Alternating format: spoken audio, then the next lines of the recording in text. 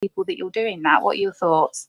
I mean, what? So you're basically not allowed to use their names. Not allowed to use their names, not allowed to use any images of it. So I've got 2 corporate clients where that isn't in place, and I probably don't use that stuff enough, to be honest, on my socials, but it's because I'm worried about sharing something that I shouldn't share. So Are you allowed to, say for instance, if you met a client or a potential client face to face, are you allowed to tell them, face to face, or is it, no, it's you're not even allowed to, like, complete nothing. I mean, the only thing you can do then is just be broad with your language. I've worked with some really big corporate clients. Maybe drop some hints, but that's pretty much all you can do. It's an interesting point. So I mean, your main strategy, what you're talking about there, is like referrals, isn't it? Like, so what you believe is that by doing a good job, it's one of the best marketing tools, because you've then got all of your clients talking about you to other potential clients. And I think it's massively important. And so many people, I mentioned this, I think it was on yesterday's morning show or the day before, so many people just focus on getting new clients that they don't know and have never heard of them. They don't actually focus on how to generate either more business from their existing clients or new business from their existing clients. And, it's like asking for referrals is one of the easiest things to do, but it's also one of the most easy things to overlook. So many people overlook it. Like, for the first year of my business anyway, for Einstein, we were only referral based. Believe it or not, we're a marketing agency that did no marketing whatsoever for ourselves. We didn't do any lead gen, because all of our business came from word of mouth, and that was enough, and we were getting enough. And when clients come to us, a lot of the time, when clients first come to us, that's where they're at in business. So they're doing a great job. One thing that tells me about Lucienne is you're obviously doing an amazing job. Otherwise, you wouldn't get referrals. So that's immediately, especially for a marketing agency like us, that's a massive plus, because we're like, well, obviously they're doing a great job. Otherwise, they wouldn't be getting referrals. The problem for the client or you is that it's not necessarily scalable. It's not necessarily measurable, or predictable. You can't, 1 month you might get 3 referrals. You're like, bloody hell, we're flying on cloud 9 here. And then the next month you get 0, and then you get 1. Yeah, and then, exactly. It's always sort of up and down like that. But that a lot of the time, that's when clients will come to us. But what that tells me is you are doing a great job, and 100% agree with what you said. When you can, if you can, just ask your clients, especially your happiest clients, just ask them, just like Lucienne said, look, do you think we've done a good job? Yeah, we have. You've done an amazing job. Do you think there's anyone that that we could do a good job for as well? And just ask the question, because when you ask, a lot of the time they're going to give you at least a couple of options, and a couple of leads. So yeah, that was a really good point what you said. Cheers, Matt. Yeah, it's that predictability is key, isn't it? That is the most important thing, and it's not predictable for me at all, which is why there are different arms to the business. But yeah, NDA is a difficult thing to navigate. Yeah, and so it is. I'm just So Lucienne, we recreated when we used to working in high net worth properties quite a lot and doing a lot of design work and construction work. They're always covered by agreements that restrict photos that can be taken of the finished product and stuff like that, similar to NDAs.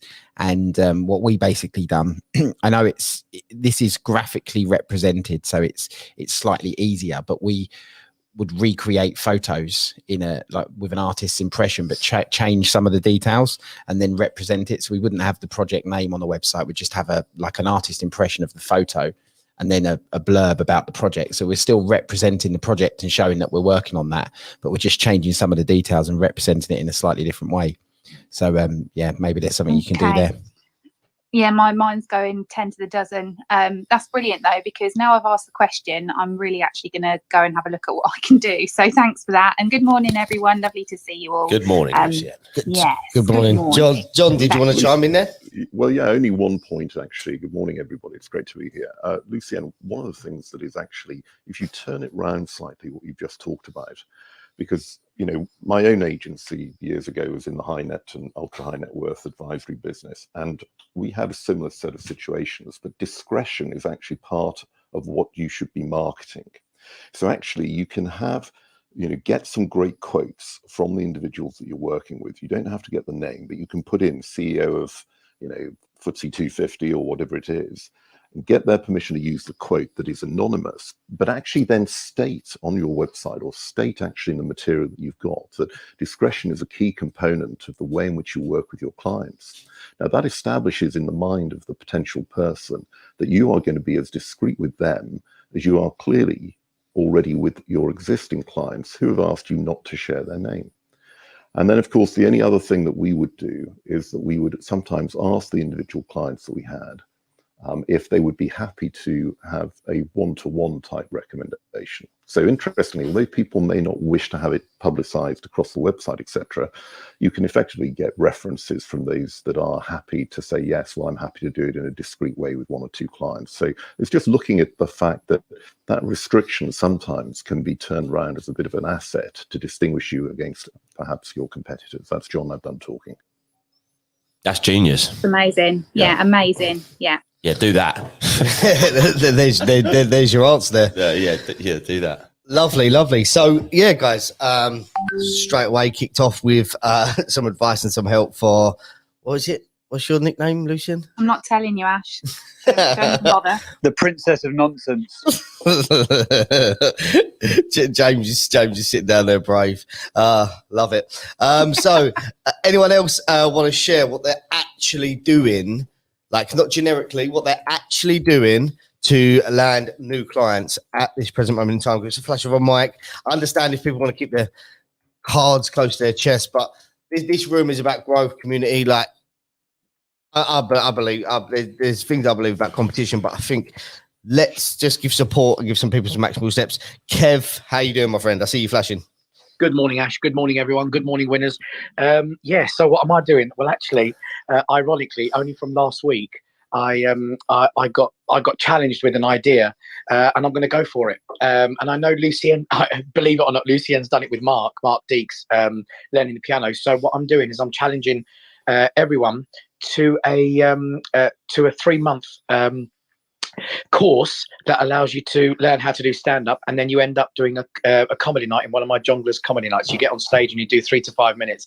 So I'm working on this right now to put it out there, and I'm going to do a Zoom next week, just an hour's Zoom, so people can just log on and enjoy listening to what the course is all about. And then if they're interested, come on, learn how to stand in front of an audience, how to write a joke, how to tell a joke, and be great. So that's one of the challenges I'm doing this week, and I'm going to try and figure it out, put it on my website, my platform, and then put it out there, Ash. So you get on stage, talk about your broken foot, and everyone has a giggle.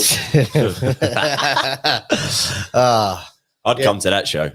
So Kev, is that like a, because it's mentioned about getting clients, is that like that's almost like a new venture completely, right?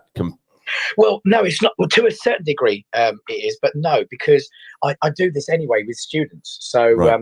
We launch it, and actually, believe it or not, we got an incredible funding from the Clubhouse winners, which is what I'm actually advertising the first one for 30 underprivileged children to join me on the 26th of July for 4 days, and it's all going to be around the Clubhouse. So I'm actually going to do videos and send it into Ash and Paul and James, so they can put it on their sites for all the kids that they've helped to raise money for to do this stand-up comedy show. So that's what it's all about. But I thought, you know what, adults actually have more fear than kids. Kids can still get on stage and do what they do, whereas adults, there's so much more involved, isn't there, really? So I just decided the fear of walking on stage, telling a joke and getting a laugh is probably the most daunting to a lot of people, the most daunting thing you can ever do. So I'm telling you now, it isn't, and I'm telling you that I can help you do that. So getting new clients is a way of actually saying, conquer your fears of public speaking through the art of stand-up comedy, and that's literally what it's all about. Yeah, nice. And is it something you're charging for? Yeah. No, the Zoom call next week. I'm going to do an hour Zoom call in the evening. That's nothing. That's for free. Everyone comes on, just listens for an hour, and it will be on my Linktree and all that palaver in the next couple of hours or whatever. But no, it will be the course. Yeah, the course is chargeable. Yeah, and I'm going to be doing that. It's to be a 5-day course or a 3-month course, depending on what you fancy doing. And then you or a member of your team is going to pick someone to actually get on stage with an audience. No, man, everyone. Let's get them all on stage. Oh, really? Yeah. Yeah, the whole show. The whole show is. I Like, think can we get I on think stage? Lucien should do it. I think Lucien should sign up. Well, to be honest with you, I I think don't Luciana would be think so. amazing. I'm the least funny person I know, Kev. That's ridiculous. And that's what you should say when you first walk on stage. Or John O'Brien doing some stand-up comedian. That's a great idea, though. That's a great idea, though, Kev. You know, because that something like that gets a lot of traction as a marketing, you know, strategy. That will get a lot of traction, you know, online and social media and things like that. Because that's something you'll get a lot of people sharing, tagging their friends that they know are funny that might be interested in that. That's got that sort of viral aspect to it that means it could do really well on social media, on social platforms. Totally, and filming it as well. So we don't let anyone go without actually filming their set. So what we do is we film it and then we send the film to you. And if you want to share it on social media, saying, look at me doing my stand-up comedy, that's what it's all about. 3 to 5 minutes might sound daunting, but to me, 3 minutes is not even one joke for me, because as a storyteller, just getting on stage and just trying to make people laugh and doing what I do.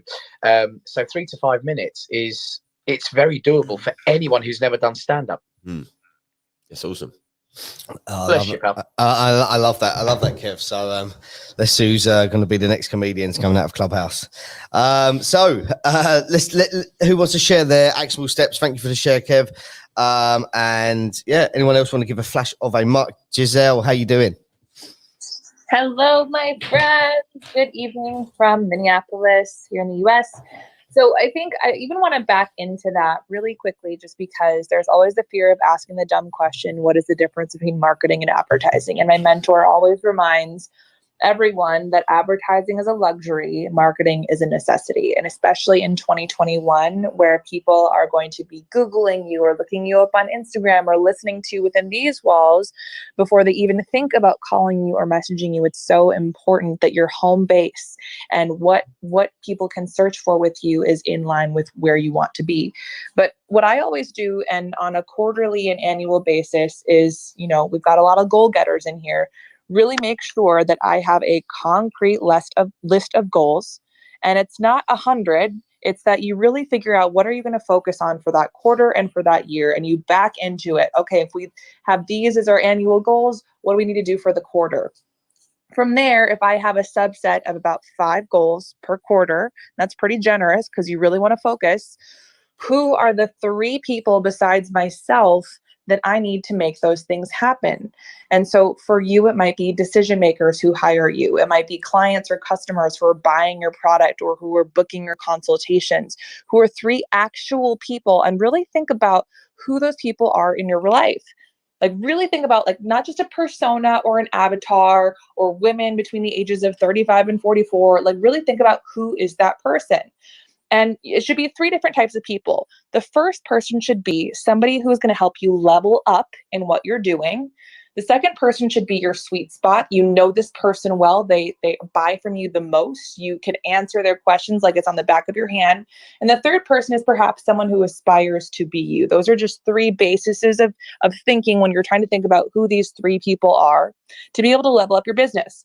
So then when you're thinking about marketing, okay, who am I talking to who's ultimately going to get me to those objectives, to those goals? Because we get really caught up into thinking, okay, the goal to marketing is, you know, more followers or more likes or more attention. But if there's not actually a conversion happening or getting you to the goal of where you want to go, which could actually be a total career or industry change, then none of that stuff matters. So be so crystal clear in your objectives and really think about who it is that you're talking to. And then lastly, start using the power of live media and especially video.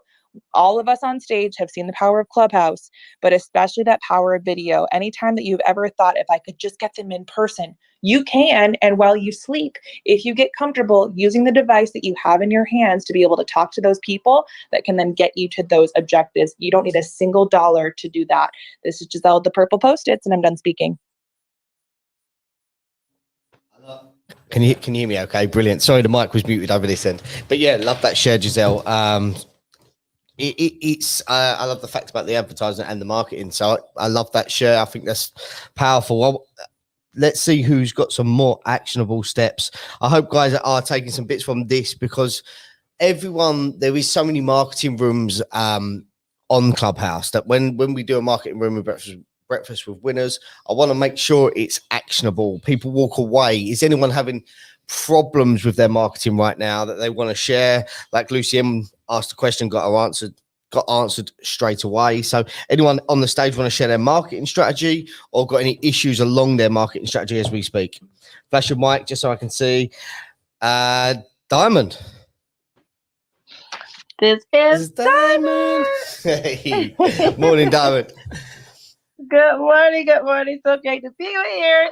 Paul, Ashley, Lucien, all the friends on the stage. So many to name. You guys are amazing. And so I want to share a strategy that's been working amazing for me. And that has been collaboration on all platforms. And in particular, on social media. So what I've been doing is working with other people in my niche, in my industry, that have podcasts, that have shows where I can be interviewed, say on Instagram or other platforms, or even here on Clubhouse, of course, where I have an opportunity to share my knowledge, to share my skills, and to be able to, to talk about what it is I do without doing any hard selling. But at the end, I get the opportunity to share my links, to share how people can connect with me. And the conversion on that has been absolutely amazing because people really want to know, who you are. What is your methodology? What is it that you bring to the table? And apps like this give you a great platform where you can do exactly that. You can talk about your experience. You can talk about case studies and people that you work with. You can even have testimonials. I was doing a room a few nights ago where I do my weekly mindset room, and I had some clients actually come in the room, and it wasn't a planned event, but they came on the stage. They gave great testimonials about the services I provided. And it's like, what better social proofs than that? Going to Lucien's point, when you have happy clients, then they do the marketing for you. And then when you are able to have organic reach, like going through a podcast or other people's social media platforms, I believe it's even more powerful because you have a closer connection than if you're just doing like a random ad, on TV, or even if it's just a random Facebook ad, they don't have that level of warmth as they do when you're actually going through somebody that they know, and now they kind of refer you by association to them. And it's like, okay, it's almost like getting a referral because they're like,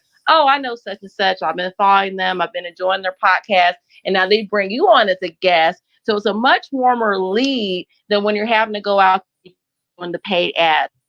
I recommend collaboration. This is something that you can do.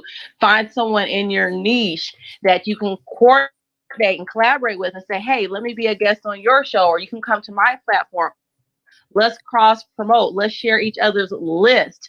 That's another strategy that I've done that's worked out really well. And then anytime that I have a chance to speak from the stage, and lately it's stages like virtual summits, but that has been highly effective as well. Because again, you have that warmer lead because the people coming to those events are already warmed up to be hearing from you. They promote you. They're using their list. You're using your list. And so it just really extends your reach to a whole nother level than if you're just out there doing random paid ads. And so anytime you have a chance to speak from the stage, speak at a virtual summit, speak on other people's platforms, and of course, any live events that you can go to, because I'm going to be doing those soon as well, it's amazing because that crowd is your crowd more so than if you're just out there just kind of, throwing spaghetti at the wall and based off the demographics. Okay, they meet this crowd here, maybe they'll, connect, maybe they won't. But in this case, you have a much warmer crowd that's coming, and those summits, especially, they're coming to, be sold or to, be informed or be educated or be edutained is the new word. So it's just so important to be looking at those opportunities to collaborate in your network and use that to your advantage, and also be willing to give on the other side as well. I've been doing a lot of giving here on this app, a lot of giving on my other platforms, and you'll see that comes back as well. So be that person that gives, and you will receive as well. So as always, if you believe it, if you take massive action, you can achieve it. This is Diamond, and I am complete. Edutained. That's a new word, isn't it? Edutained. I've never heard that. That's the first time I've heard that. I Yes. Really? Yeah, Yes, it is. Yeah, maybe I live a education. sheltered life, Elliot. They only let me out on a Friday. That's a new thing, Ashley. I have to tell you, and it's really cool because I was edutaining before I knew that was a thing. I also, I want to pick something up you said at the start because I have a lot of people they reach out to me. We've spoke about before about collaborations and sharing lists and everything you just said about collaboration. Like, what advice would you give to approach someone to make it a win-win situation, and how would you and who would you approach that it's a win-win situation for? Because there's a lot of people that want to collaborate. I see they want to collaborate, but they obviously don't know how to attack it or get it right. What sort of tip would you give around that, Diamond? That's a great question, Ashley. And so, just like I just shared, you want to lead with value first. So before I approach anyone for a collaboration, I make sure that I'm in their world and I've already given some value to them. I've already shown my support.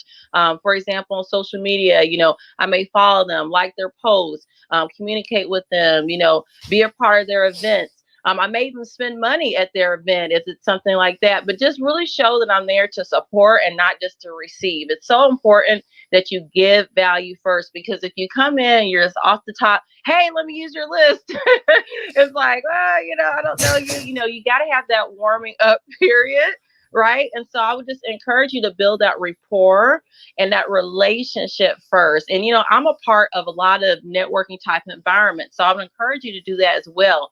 Join masterminds, join communities of like-minded people in your industry, in your niche, or people that you want, to ultimately be on that level with. And that will put you in the right circle so that they already have some level of familiarity with you. So you're not just cold approaching them and asking for the opportunity. And for somebody that's brand spanking new, then I would encourage you to look at somebody that has close to a similar level of status of you.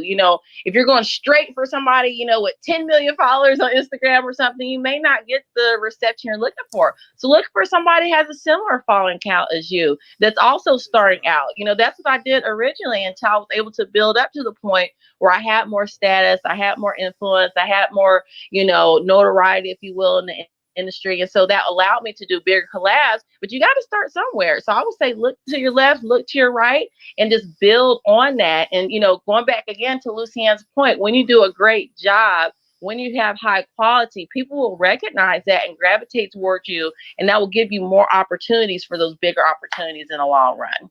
This is Diamond, and I am complete. Yeah, that was jump amazing. in Go here? on, Gigi, jump in. Yeah, you go on, Matt, far away. I was just going to say, because it was a great question you asked, because I knew it had been on some of the audience's mind, like how you first do it. And when Diamond was speaking, it took me back to about 4 years ago when I first started Einstein and started breaking off and doing my own thing. I made a conscious decision that I needed to get out there more and make more people aware that I was now here, Einstein was now here. This is what we do. This is how we do it. And I went into everything. I just made a decision to start saying yes to a lot more opportunities that were coming my way. But not only that, to actively go out and ask for them. So what I did was, in the first sort of 6 months, I said, right, I'm finally going to start doing some video. And believe it or not, I never used to do video. I'd go and approach guys that I knew that were doing events, and I'd go to them and offer to speak. A lot of the events, are selling events where they sell from stage and things like that. I said, look, I'll just come. I'll be like a value add. And they would literally be like, well, okay, but what do you want for that? And I'd be like, I don't want anything for it. I'd go into it with no agenda whatsoever, completely okay with not making money, knowing the fact that awareness was the key and getting out there. Not only that, doing them a favor so that at some point there may be some sort of reciprocal return. I did it for podcasts. Loads of our clients, loads of people that we knew had podcasts that didn't get anybody listen to them. But I didn't even care. I'd still offer them to come on their podcast and speak, because I knew, all right, this podcast right now might, from an outsider's point of view, be a waste of my time because no one's listening to it. But how do I know that in 10 years, that person hasn't got the biggest podcast in the world and my podcast suddenly gets listened to? And it was going into it with, no agenda, expecting nothing in return, just hoping that at some point that goodwill would come back on me, you know. So a lot of people, what they do is they think that there's no point in going there because, well, firstly, they might say no, but secondly, even if this person says yes, there's nothing really in it for me anyway. You know, I'm not being paid for it. Their audience isn't that big, so it's never going to lead to any business. They're only thinking about, even if it's subconsciously, they are only thinking about the immediate financial return of that time transaction, rather than thinking about the long-term goal of building a brand, positioning yourself as that person of value, doing things for others without asking for anything in return. That goes a long way. And, you know, as Diamond was sharing that amazing stuff with us, it really took me back to when I sort of made that decision. So hopefully that had some value as well. Can I jump in here? Yeah, go on. Is it Tal? It's Tal, yes. Quickly, Tal, because we've got to move on to a bit of an announcement. So go for it. Okay, cool. So first of all, I wanted to echo what, Diamond said and what you said. Relationships and collaborations are the basics, and it's super, super important to do. And what I want to talk about is creating systems. So you want to create systems before you bring anyone to your place, because if you don't have a system and you're just bringing, a lot of followers, a lot of collaborations, that's really hard to monetize it. So creating system in place, creating, a sale funnel, creating, the foundations to your assets, to your online business, and to anything that you create, even if it's offline, it's very crucial to really create a strategy. So when we're talking about marketing strategy, you really want to work with funnels, sales funnels, and systems that are going to really take, the lead into a journey from one point to another. All right, I see you're still on mute, so I'm not going to take the stage for too long. I'm going to bring you back the mic, and I hope I added some value. And I'm going to go to sleep. Yeah, that was amazing. Brilliant. Thanks, Tal. Right. We'll do a quick little reset, shall we? It's a bit later than 7 o'clock. It is, what is the time? 8 minutes past 7. We should have done this at 7. We've got the responsible parent himself joined us on the live stream. We are now live on Facebook and on YouTube. Some of you are already on there. If you want to see that live stream, you can click onto the Winners Club profile and you could go through, and there'll be a little button there that says live stream. And if you do that, you will notice. Oh, there we go. James, mute yourself. Clubhouse in real life. Yeah, real life. There we go.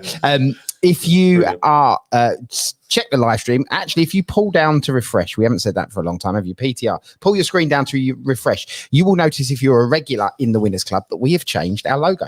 We have done, in the background for the last couple of months, actually, we've been working on quite a lot of things. We've been working on what we stand for in terms of values, what we stand against, where the Winners Club is going to go moving forward, what the brand is, what we want it to look like. We've been doing lots of stuff because it was put together pretty quickly out the back of Ashley starting Breakfast for Winners, and then we realized there was a bit of momentum and a movement, so we just dotted all of the I's and crossed the T's and all of that jazz. So we've got a new logo. So if you pull down to refresh, you'll be able to see that. We've got a new website, which is going to be coming later in the week. And we've got another part of the branding that's going to be revealed on Friday, stage 2, I guess, of this announcement. But one of the parts that we wanted to announce this morning is we are often asked, or we have been asked quite a lot, I think, deal with Joshua doing his push-ups. Who is that? Someone's just unmuted. I don't know. Not me that time. Yeah, not you that time. We have been asked, guys, quite a lot, haven't we, to be involved in events, to do events, to do stuff. And what we found really difficult is to, firstly, how do we protect the community, because we've got a community of people, and if you heard me get a little bit out of hand yesterday, we're quite passionate about that, and apologies if I offended anybody yesterday. If you're in the audience, sorry about that. I'll try not to do it today. So we're quite passionate about, firstly, protecting the community when they come into our rooms, and the idea of protection is to make sure they're not being sold.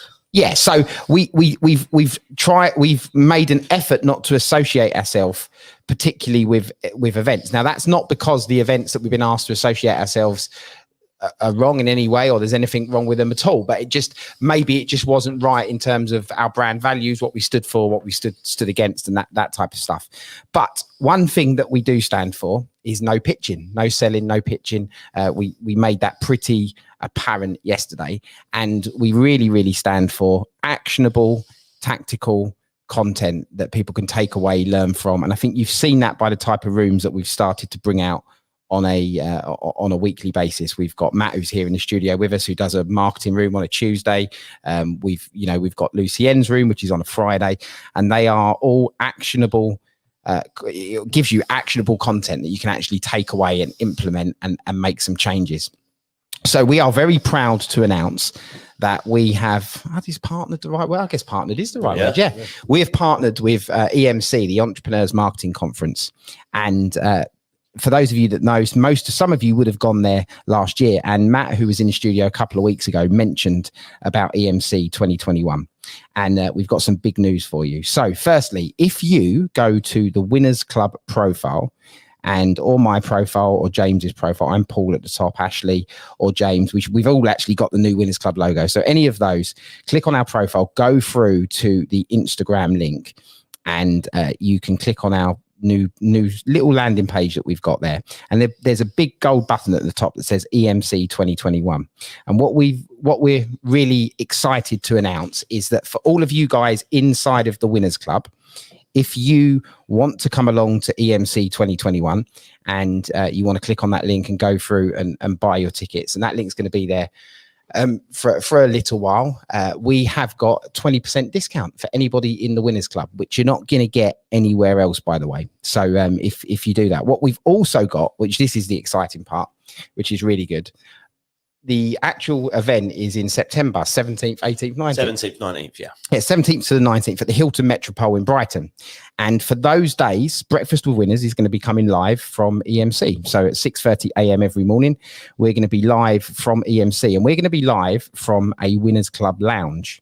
And if you buy your ticket and you buy it via that link and you're part of the Winners Club, then you will be able to come into that Winners Club lounge. So throughout the event, at breaks, at lunchtime, whenever it is, you'll be able to come into that Winners Club lounge. The three of us will be in there, and we'll be doing the live shows from that lounge. Our studio is going to be in that room.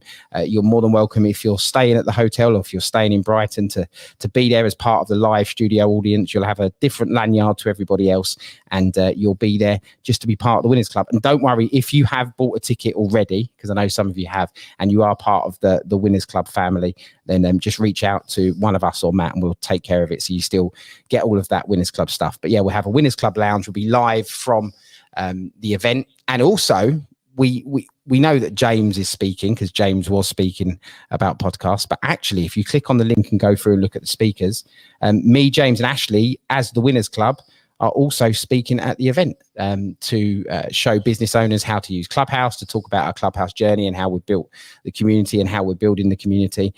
So very exciting stuff. Matt, do you want to tell us a bit more about him? Yeah, absolutely. I mean, guys, just so you know, if you do go through to buy a ticket, you've got to use the code The Winners Club. That's how you get the 20% discount on that page. But yeah, listen, I'm so excited about it. This conversation all started because at EMC, one of the biggest things I want to do is bring the most up-to-date, current marketing strategies that are actually working now.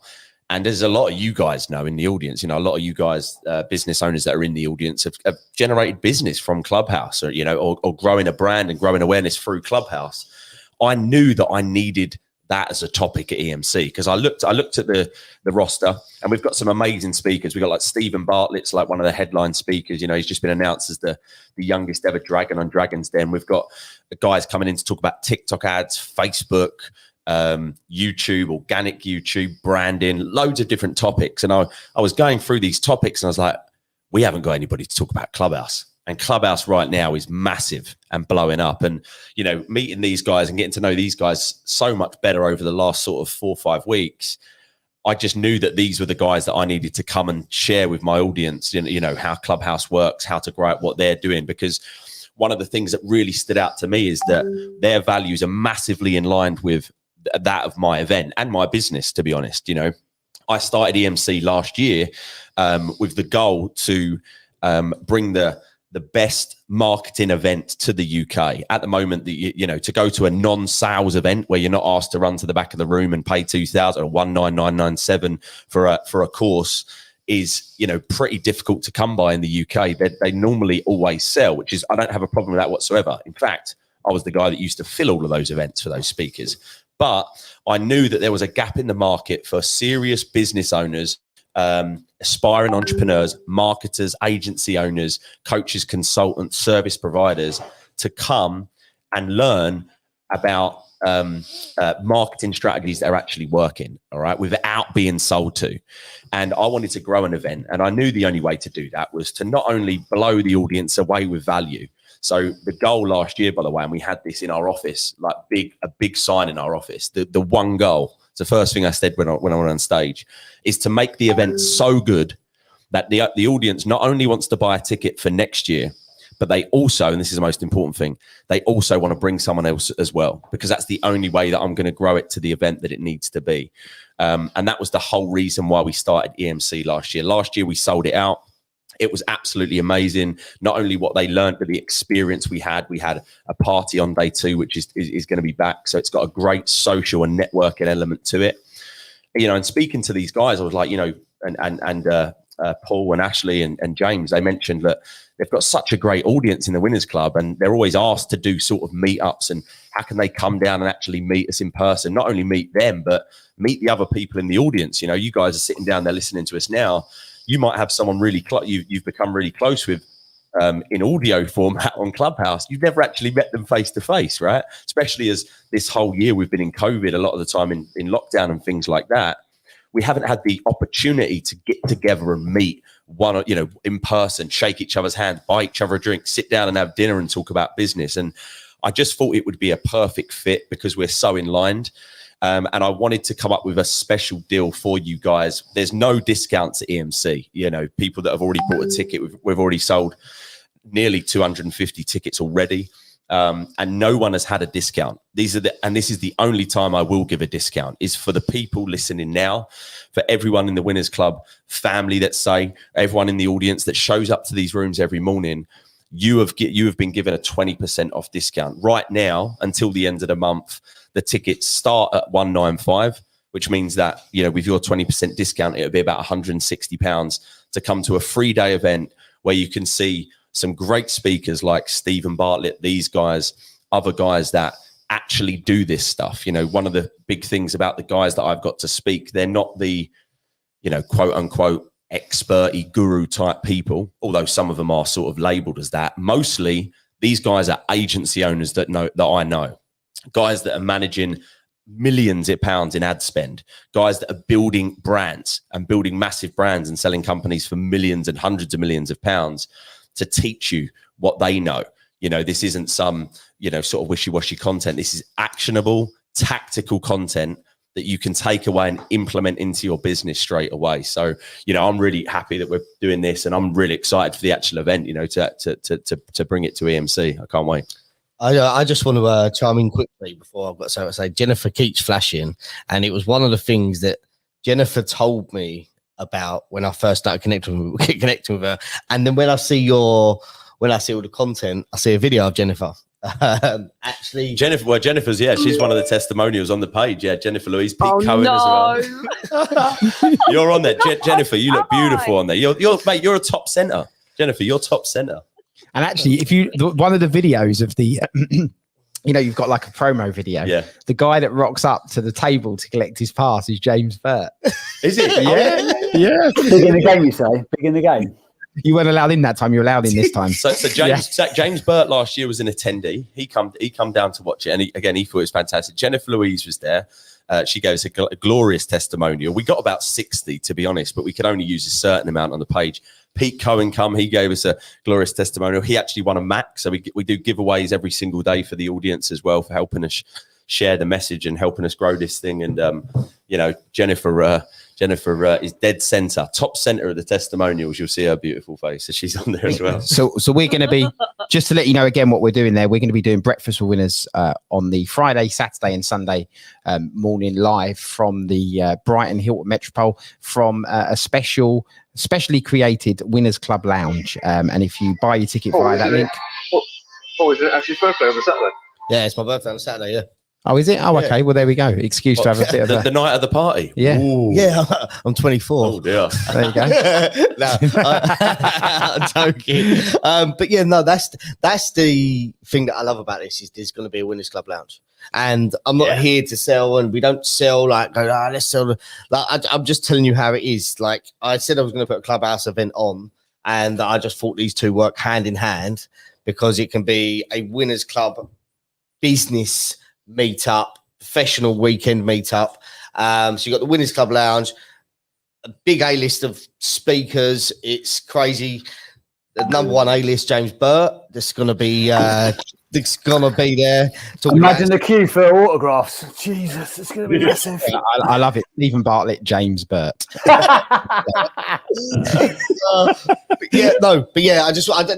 That's why we partnered with EMC because it's a no pitch, no selling from the stage, straight value, actionable steps.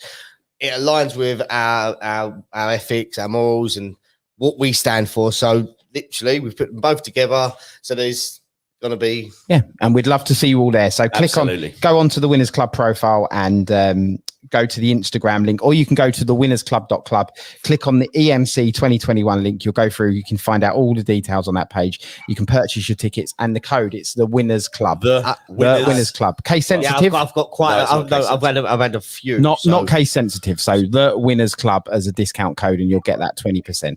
If for any reason you go through and you do that and it doesn't work, then just reach out to us and let us know, and we'll deal with that. In Ashley will refund you the difference. Oh yeah, we just James will get his PA to refund you the difference. Can I just jump in quickly? Because Matt, I'm all in. Yeah, sorry, I'm actually here. You can't see me, actually. I'm on the other side of the screen. I'm waving at you.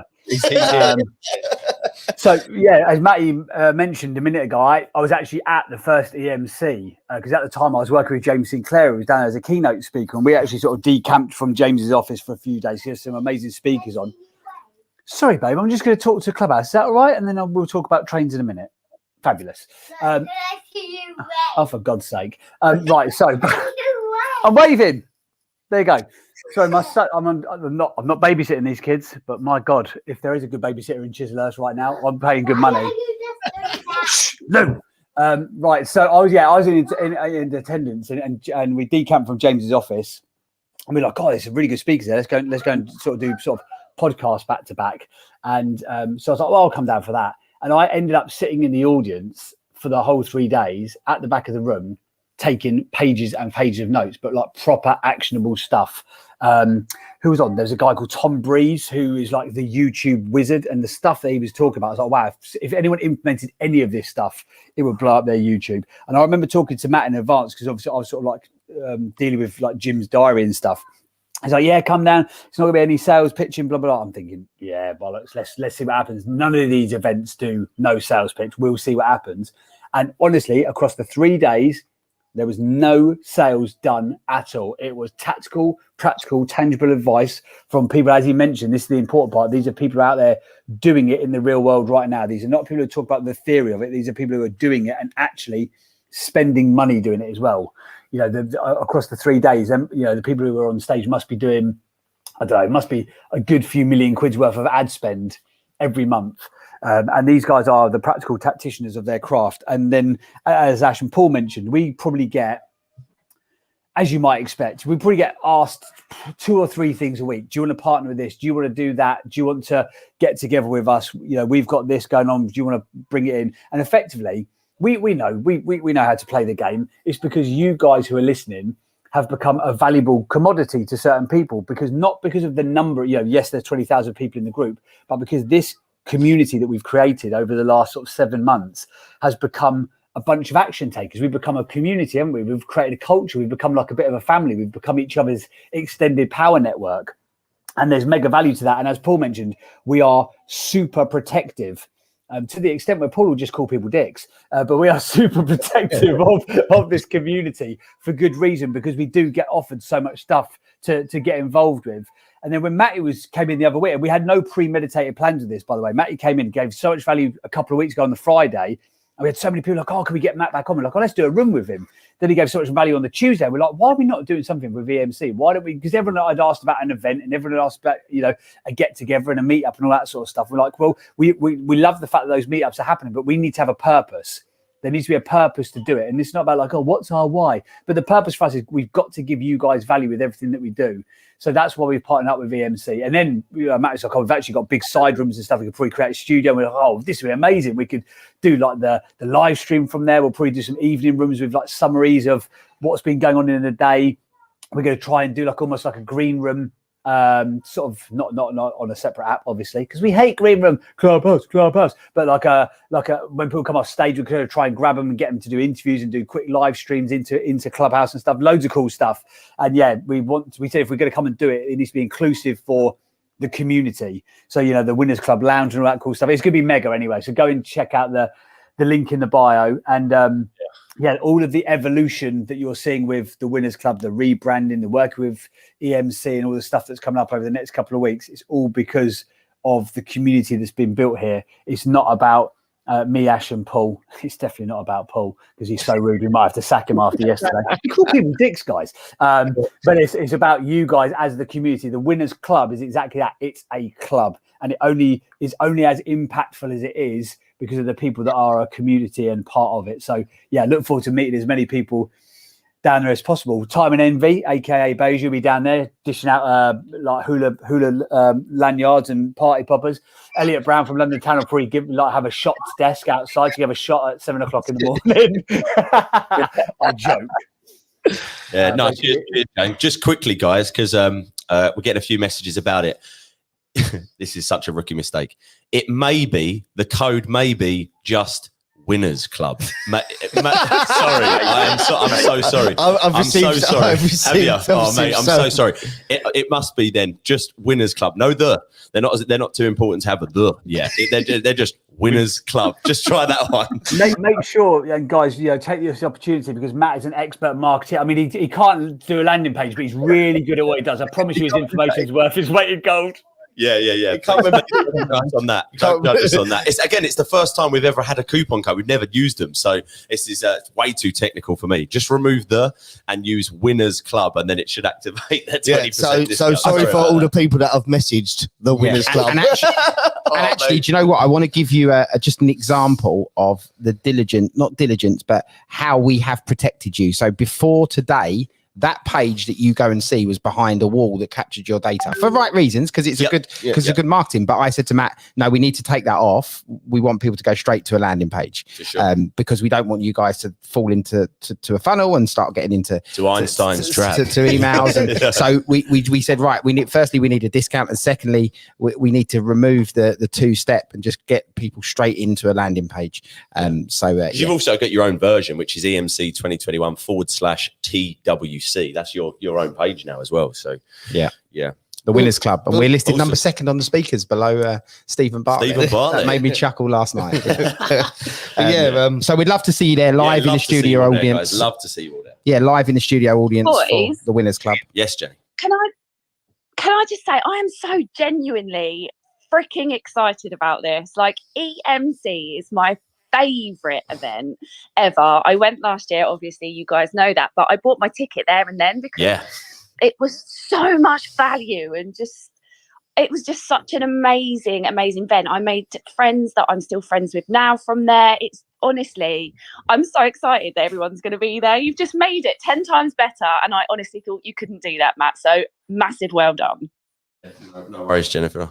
I mean, it was that was the only. I actually told people this in the advertising and at the event, didn't I? If you remember, I said, although I said there's going to be no pitching from stage, there is going to be one thing that you can buy, and that's a ticket for next year's event. And our goal was to make it so good that people then and there, like you did, bought a ticket for a year later. And we did that, because about 30% of the room, I think it's 35% of the room, actually purchased a ticket for 2021, even though it was over a year later. So And I massively appreciate you doing that, Jennifer, because you helped us put it on. You know, you buying a ticket. And this year, we've got loads of proof. You can go on the page, you can check out Jennifer's testimonial, actually learn from people that were there. But the first year, honestly, last year, it was one of the hardest things I've ever had to do in marketing, because I was telling people how good this event was. And again, most of these events are either very, very cheap, you know, £10 a ticket, or free. And I'm going in and I'm saying, you know, you got to pay £250 upwards for a ticket. I was basically selling my own dream, because it was one of my biggest dreams and passions to put on an event of this type. And I had nothing. I had no collateral. I had no images. I had no videos. I had no testimonials. It was just me and my big mouth saying, this event is going to be amazing. And you'll also see on there that there's a guarantee. You know, we had to guarantee the event, because I always like to do that anyway. And the guarantee was, if you turn up on day one and you don't think that just day one is worth everything you've paid, you can have your money back. Come to the back of the room. We'll refund your money. No one did it. You know, so it's so much better now. I've got your beautiful face on there telling people how good it is, because last year I didn't have that. So, guys, go on. Go. Sorry, Jennifer, go. Well, it's just, you've got so many people that love and admire you, Matt, honestly, and watching you live your dream out on that stage. Like, if you look at Matt's profile picture, that is him at EMC. The signage his dad made, which is the most cutest thing in the world. I loved it. And seeing him stand there on that opening speech with those guns firing out T-shirts, I think it was, wasn't it? That's his profile picture now. Yeah. Yeah. It was just the most amazing moment just watching him. You made me cry, because it was just like, yeah, I love you to bits. So thanks, I can't wait for the next one. Yeah, so just to let you know, to confirm the coupon code, someone did just say, someone in the audience has just told me what the coupon code is. It worked. Cheers for that. Thank you. It's I've had a few messages. Winners Club. And if you did buy a ticket and it didn't give you the discount, just reach out and let us know, and we'll fix the problem for you. So that's it.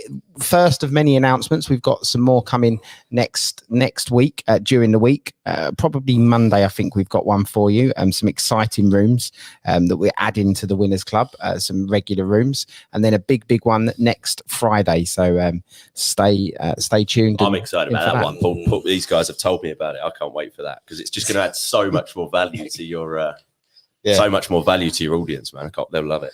Well, what I want to say is EMC, and it's one of the official business Winners Club, and you get to meet Half Pint in person. There we go. Half Pint Jack. Hopefully his toes fixed. That's what we that's the so it's we need to come up with some elaborate ideas for the Winners Club studio. To me having some stilts so I don't look so small. Last time round, I'm not being funny, Matty Wilson had a proper AV set. You know, like you go to events and it's like a bit of ropey coffee and like, you know, a dodgy stage has been put up. He was like, I'm chucking everything at it, and it had like lighting, sound. I didn't see for certain, but I reckon that, well, definitely with how short Ash is, I reckon, you know, those like flying ropes that they have, like when Pink goes to Wembley Stadium and she like flies around the audience. I reckon if we get a bit of rope, a couple of bungee cords, we can winch Shipman onto the stage. I'm pretty convinced we can make that happen.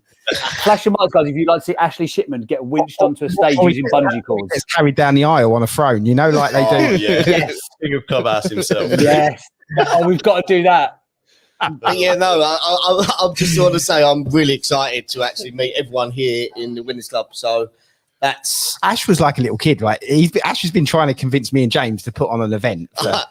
Honestly, since the 27th of the 7th of January. And I think from the 9th of January, he was planning an event. Yeah, he's been trying to convince us to put this put event on. We're like, no, hold on. No, it was hold on. And then I think it was just like, shut up now. What's the spotlight? So when I phoned him and said, like, this is what we're doing, we're going to do this. We're going to like, let's go for it. He's like, oh, you could hear him down the phone. Get nervous. What am I going to say on stage? Get all emotional. Let's rock and roll. Lovely. But yeah, no, guys, I'm really excited to really be hosting this. Yeah, so everyone who's messaging in the background saying they bought their ticket, I'm getting hotels booked, tickets booked. Can't wait. I'm actually reading messages live as they're coming through. So I'm really excited to see everyone down there and to have the Winners Club Lounge in a corporate business event where there's no selling all weekend. It just fits hand in hand.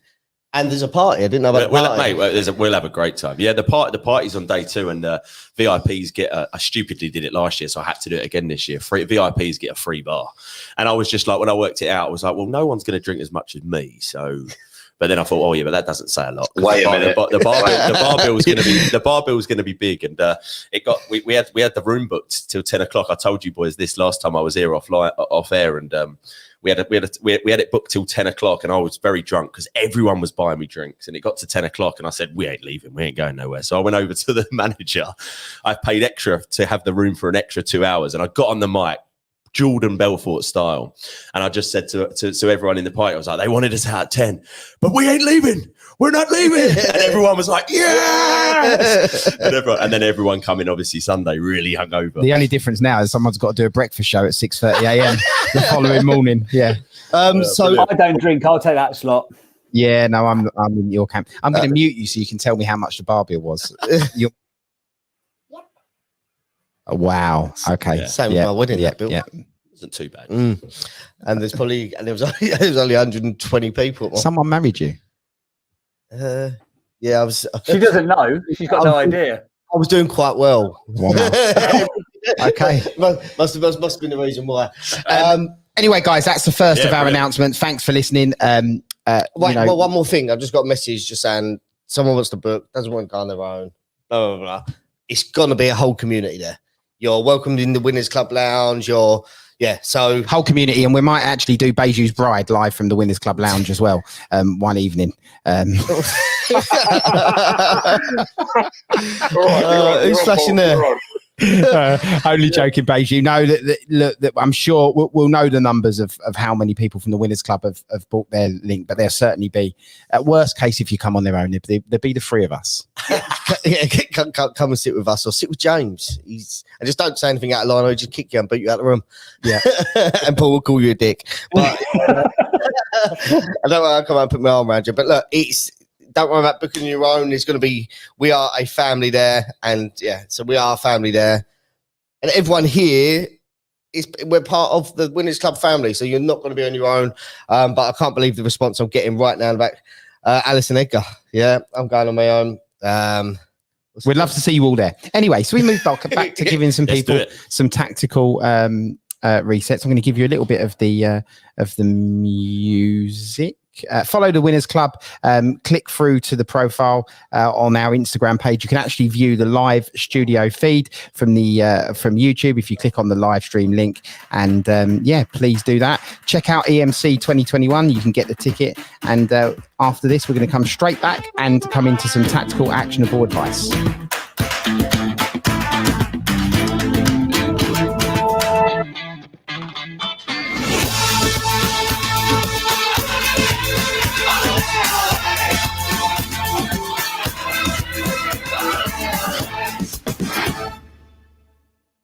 So, flash of microphones, guys. If you want to come up with a marketing question, if you've got some marketing problems, if you've got some marketing advice or something that's working for you, we've just had a message, by the way, on Instagram. It's brilliant. Alison Featherby just messaged saying, "I'm so excited about Brighton. I've already purchased. How do I get the benefits? I'm not worried about the 20%. I just want the Winners Club lanyard."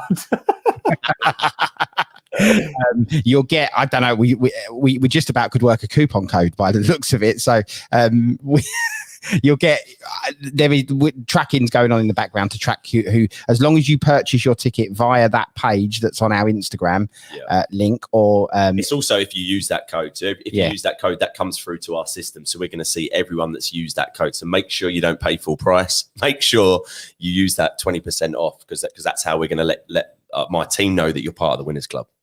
And don't worry, Half Pint Security is going to be at the door. So if your name's not down, you just mention Ashley Shipman and they'll let you in. There you go. I had a client turn up yesterday to use the podcast studios. Oh, this is classic. This is absolutely brilliant. Sorry, then we will move on and get something practical and tactical. But this guy turned up and he wasn't joking. Lovely man, really like seriously successful business owner. He went, "Oh, this is Ashley Shipman's studio, is it?" And he came in for a look around going, "This is where King Ashley sits." I think is actually what he said. This Really? is what Ashley said. Well, and you didn't know that he knew about. Did you know that he knew Ashley? He'd approached James through Clubhouse. James was obviously working on his podcast, and we got the other podcast studio here. And I was sitting in here on that sofa doing some work, and James was in that, and the door was open, and he came. Oh, that's where Ashley sits. Yeah, that's where Ashley sits. I love it.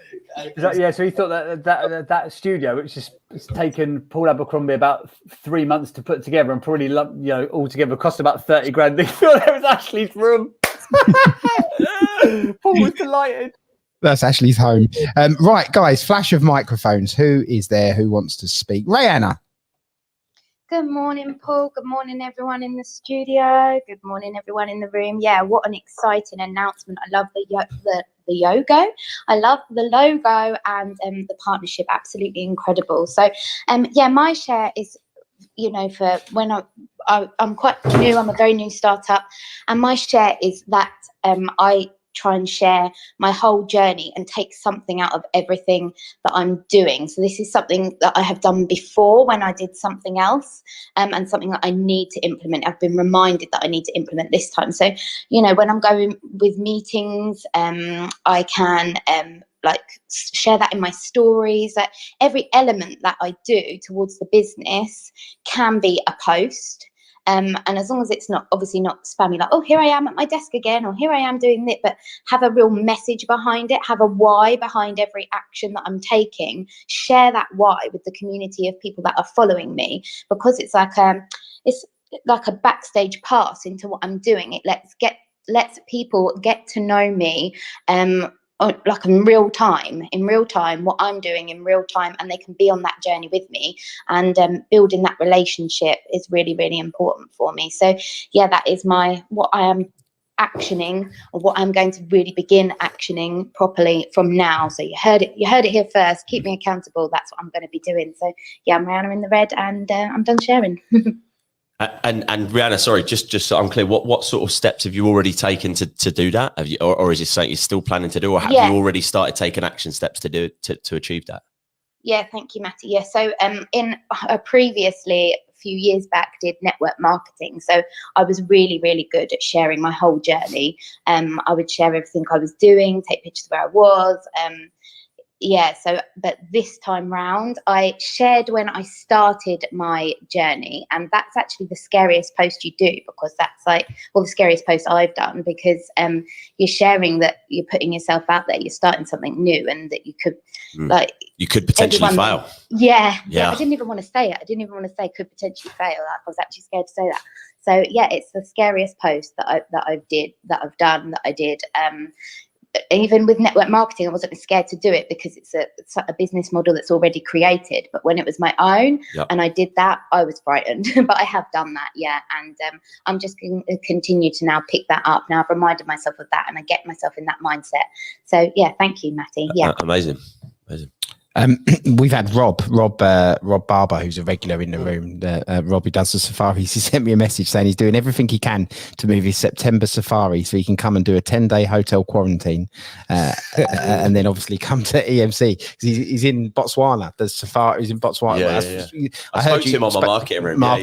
So that would be great. It'd be great to meet you all actually as well. So do go and click on that link. Right. Who's next? Flash of mics, please, guys. If you want, we'll go for Iffy and then Alison. Good morning, Iffy. Iffy's one of the newest member of the Winners Club host moderators. So Iffy's going to be moderating the room at some point over the next couple of weeks. Hello, Iffy. How are you? Iffy's my DM stalker. Iffy. She was like, she apologized. She sent me 2 messages, because I was replying as well, and she sent me the second message: please don't hate me for stalking you on Instagram. I said, I love it. I love that you're stalking me. Keep messaging me. Yes, I actually do. So thank you so much. It's wonderful to be here today as part of the Winners Club officially. But let me just get straight to sharing. I loved what you said, Rayanne, because for me, when I first started my business, when I moved into more solopreneur, writing my book, I was my one-woman show. And I realized that I was doing all these great things, going to the BBC and doing this radio station, doing this school. And I thought, nobody's photographing me. So instead of because in your mind, you sometimes think that people have a team, an entourage. So I just started stopping people in the street and saying, could you just take a photo of me? Could you just take a photo of me? And I think that's what you have to do. You have to become your own promotional machine, and you have to get over it. Because often people say to me on my stories, well, who took that video of you doing that? I'm like, I don't know, I just asked someone to do it. And I think once you get used to promoting yourself and putting yourself out there more people attract to you. So this is a tip I'm going to give, which is a little bit different from talking about promotion. Testimonials. So whenever you've got clients and customers, I always found at the beginning, well, they're saying such lovely things to my face, but I need to capture it and I need to get it out there and promote it. So one of the things that I've been doing for the last 2 years is when I go into my Zoom meetings with my clients, I always say, can I record it? Especially if we're talking about sensitive stuff, it's good to have it there. But then after I've recorded it, I will find a bit where they've said something really positive. And then I will say to them, you said something lovely about what I do. Would it be okay if I take that little snippet? And then I'll send them the snippet and say, are you happy with this to be shown? And they say yes. And what I found is with my own clients, who are getting their own testimonials. If you ask people for testimonials, they're so busy, they might be nervous about going on camera or what to write. Take away all the stress and the work from them giving you the testimonial and do all the work yourself. Get them on a call, record the call, ask them some questions, and then edit the video and then post it. So in my highlights, if you click on testimonials, I've got so many now because I literally am not afraid to ask for them. So I think the main thing is ask people, and ask them in a way that they don't have to do any work, because otherwise it's so hard to get them. It's Ify with the pink hair. I'm done speaking. Can I just add something to Ify's, because Paulina speaking? It's literally, oh, sorry, my son. It's about the testimonial. This is fantastic, Ify, what you said. But actually, what I would suggest on the top of that is to structure questions for them so they don't feel intimidated by it. And my business coach always says to me that the question needs to reveal what this client had gone through, what sort of breakthrough they had working with you, and what sort of 1, 2, 3 problems you have solved prior or during that experience with you. So my last testimony was actually going to Instagram Live, and it was done yesterday. And my customer has told me how she exponentially grew her business through photography and how I have helped her. Sorry for my son. So I think that this is incredible because people can see exactly what the client's journey was, and they can really connect with that. So IGV lives or anything form of where you can actually direct people straight away later is amazing. But having that structure in how you ask questions, and those questions which can really show that you are solving the problem for your customer. Thank you. I'm done speaking, Paulina. Yeah, that's really cool. What if he said is spot on as well? Because I did actually wonder if because some of your images are really good, like on your on your Instagram, and then asking for testimonials. If I could just add to that, because we've only, believe it or not, it's stupid really, but we've only just recently started doing this this year. We've made a conscious effort to do this more. We put some, weight behind getting more reviews on like Trustpilot and things like that, and testimonials, video testimonials like that. Going back to what the lady just said there, the 3 questions that we ask, because she's totally right. If you could structure just 3 questions, it's so easy to get them, because you can just ask your client, do you mind jumping on Zoom? I've got 3 questions to ask you. And when they jump on Zoom, you ask them, is it okay if I record this? It's going to be a testimonial. The 3 questions that we ask are, what were you struggling with most before you found us? What were you struggling with more before you hired us, for instance? And then they're going to tell you the problem that they were facing, what they were struggling with, all of the issues we're having. And they say, okay, cool. What's been the biggest thing that we've helped you fix? Or what's been the most valuable thing that we've helped you with? Then they're going to tell you that. And then the last question is, okay, and what have been the results so far? Those are our 3 questions. Now, you can have your own ones, but 3 simple questions. Tell someone that's watching that testimonial exactly what they want to hear. They want to hear that this person is just like me. That's the first question. This guy who's just like me got help fixing one of those things. And then this is where they are now and the results they've got. So those 3 questions really help you detail that out. Yeah. Ify, if I can ask you a question, because I've heard you mention it a couple of times. What is it you actually do on BBC? I know it's a random question, sorry, but I'm always curious because you always mention BBC. What you're on the radio station or something? Yeah, hi, thank you. Yeah, well, and I can go back into that a little bit as well. So, how it started is, on National Autism Day, I did a post or I spoke about something, and I speak a lot for Mind. So the Mind charity in Hamptonshire had me speak at a lot of their events and their universities and stuff. And then when it got to Autism Day, they asked me if I would do some extra work. And then what happened is I found myself on BBC Northampton Radio talking about autism, and then that then went to Inspiration FM. And then what happened is I created a couple of years ago this thing where I delivered 100 stars to schools all around my local area, and then that got the radio's attention. From there, I did a radio tour, and then my local radio station, 3 Counties Radio, they had me on at different times to talk about different mental health, motivation. And then it led to the fact that they asked me to come on a Wednesday. And Wednesdays on my Instagram stories, I always do a thing called Hump Wednesday. And I'm like, it's not Hump Wednesday, you know, it's Oomph Wednesday. And I just really lent into the word Hump Wednesday. And then before I knew it, every other Wednesday or every couple of Wednesdays, I go on to the BBC Radio 3 Counties and we talk about Hump Wednesday, but we've titled it Wiggle Your Bum and Smile Wednesday. So I'm a regular guest on mainly the BBC radios, but at the moment it's 3 Counties. Yeah, I'm done speaking. No, that's amazing, Iffy. No, well done. Yeah, I was just curious. So thanks for letting me know. Thanks for sharing. Andy. And I'll just add something there as well. You know, I always thought Sorry, Iffy. Andy was just telling us he's running commentary of what's going on. Andy, can you hear us? And that and this. I think he's packing his bag. Sorry, Iffy. No, it's okay. I was just going to say, you know, I always thought someone would come and discover me and pick me and choose me and, you know, create this opportunity for me. But then I recognized that nobody really does come and discover you, really. You have to go out there and you have to knock on the doors and you have to just keep turning up and adding 100%. massive value. And then if you're good, they invite you back. So it's about going there and just delivering and not being afraid to say, look, here I am, because a lot of the time you think, I don't want to show off, but if you don't tell people what you do, how will they know?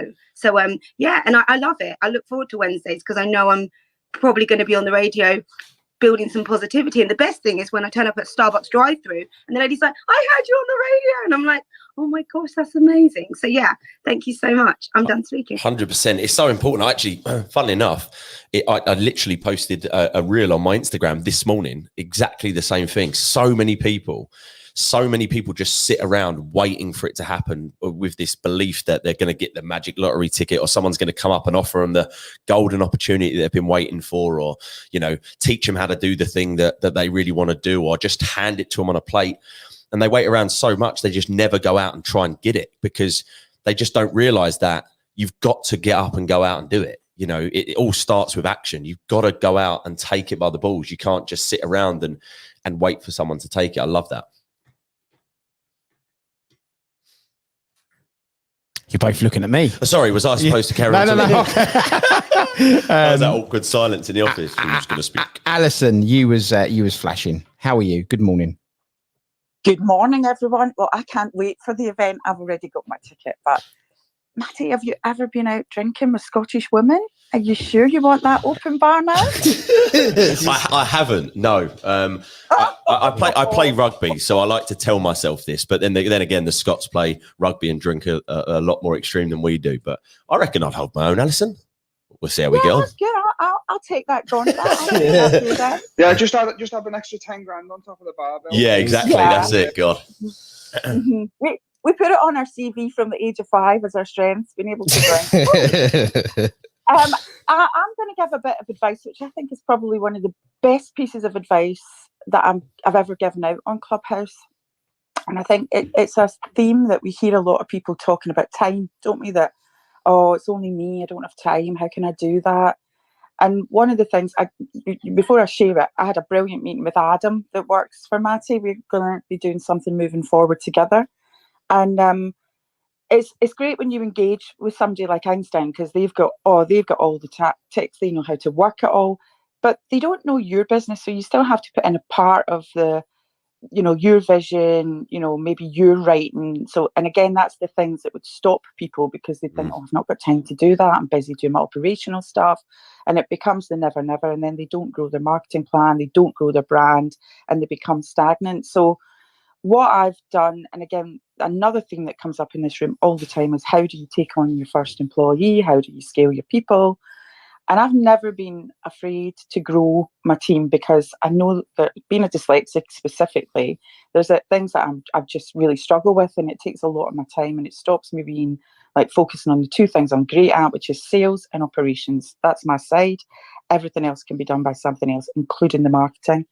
So I started off taking on young people because, again, they come in from a different angle. They do things at a different speed. So I always took people on the Santander internship scheme. So again, Santander internship, people are coming out of uni. Santander will give you, I think it's 1,500 quid and half match the salary. So that's out there for people. But the other thing which we use is the Kickstart program. Now, I know that that's come up several times in this room, and you can't expect to take on a young person with no experience and they're going to work miracles. But what they can do is buy you back time. So again, the way the Kickstart program works, the government will give you £1,500 and pay their salary for 6 months, right? So again, looking at the stuff that when we work with Matty, Adam's going to need things from us, but that's not me, that will be my team. So I've got Rebecca who runs my team, and I put her through a digital internship program because I know that marketing for me is incredibly important. So, but again, this is the hack here, guys, right? So you can take on a Kickstarter, 1,500 quid, 6 months, you don't pay any salary. So you're up 1,500 quid on that. All you're losing is don't have high expectations and let them run. You've got to spend your time to train them, encourage them, nurture them. But we don't want to lose one of the girls that's with us at the end of the 6 months. We want to keep her and really grow her in the marketing department. So we reached out to an apprenticeship because Rebecca went through an apprenticeship. We want Jazz to do the apprenticeship as well. And actually, at the moment, the government are paying you £3,000 cash. That's like a one-off payment towards the apprenticeship. And the 15-month apprenticeship is only something like 500 quid. So it's not, the things that a lot of people say, oh, I can't do that because I've not got time, I've not got this. There are things there which are absolutely amazing, which will give you a great start. And then when you are ready to move to that next level and work with companies like Einstein, that will give you the freedom to allow your team to create the stuff that Adam and Matty and the team need to be able to grow their brand. And just to sort of jump onto the back of Effie's, I think it's really important you have a goal and a vision. If BBC is on your vision, local radio was one of my first kick-ins, and I've now done BBC Breakfast in Manchester, I've done BBC News in London. I'm called for all the time, and I think it's if they didn't find me. So the reason they found me was my marketing was strong. I won an award in the Southwest. They're like businesswomen Southwest. I come up at the top of Google, and that's how those things happen. I'm filming a new Amazon TV show for Amazon UK and US next week. And again, have the goal, have the vision, think outside the box, take advantage of the things that are out there to help you, and #smash it. I'm Alison Edgar, and I'm out. Nice. Brilliant. Thanks, Alison. Paul, is that the one that they introduced during COVID? The one, the scheme that she's on about? The Kickstarter scheme was the one that was through COVID. Yeah. Like the COVID introduction. Yeah, that's a great tip, to be fair. Yeah. Takes a while though, doesn't it, Alison? It takes 6 weeks or so to get once you register to get started. I think they've speeded it up. I'm working with government. I'm speaking at an event in a couple of weeks' time for government on Kickstart, and again, I'm getting Jazz, the wee Kickstarter. I'll interview her fireside style to help her confidence as well. So they have tried to reduce the time on that, and you can, have somebody. They don't have to be in your local town. You can have graduates. I mean, I've got a graduate, but his pace isn't as fast, so they could be all over the country. But they're reducing that 6 weeks lead time, Paul. Yeah, we applied. We're about 4 weeks in one of my businesses. We applied for some Kickstarters, 3 of them. But yeah, we're about 4 weeks into the application. We haven't heard yet. But hopefully, fingers crossed. It's so important because so many people think that employee, they normally just immediately think, oh, that's 25 grand a year. Yeah. But like Billy Bones, funnily enough, such a cool name. Billy Bones is my video guy. So I took That's actually his real name. Yeah. You sure? Billy It Bones. sounds like a yeah. nickname. No, well, William Bones, but Okay. Billy Bones, yeah. Wow. Yeah. And we took him on. He was in university, not college. He was in college at the time, studying film, and photography and all that sort of stuff.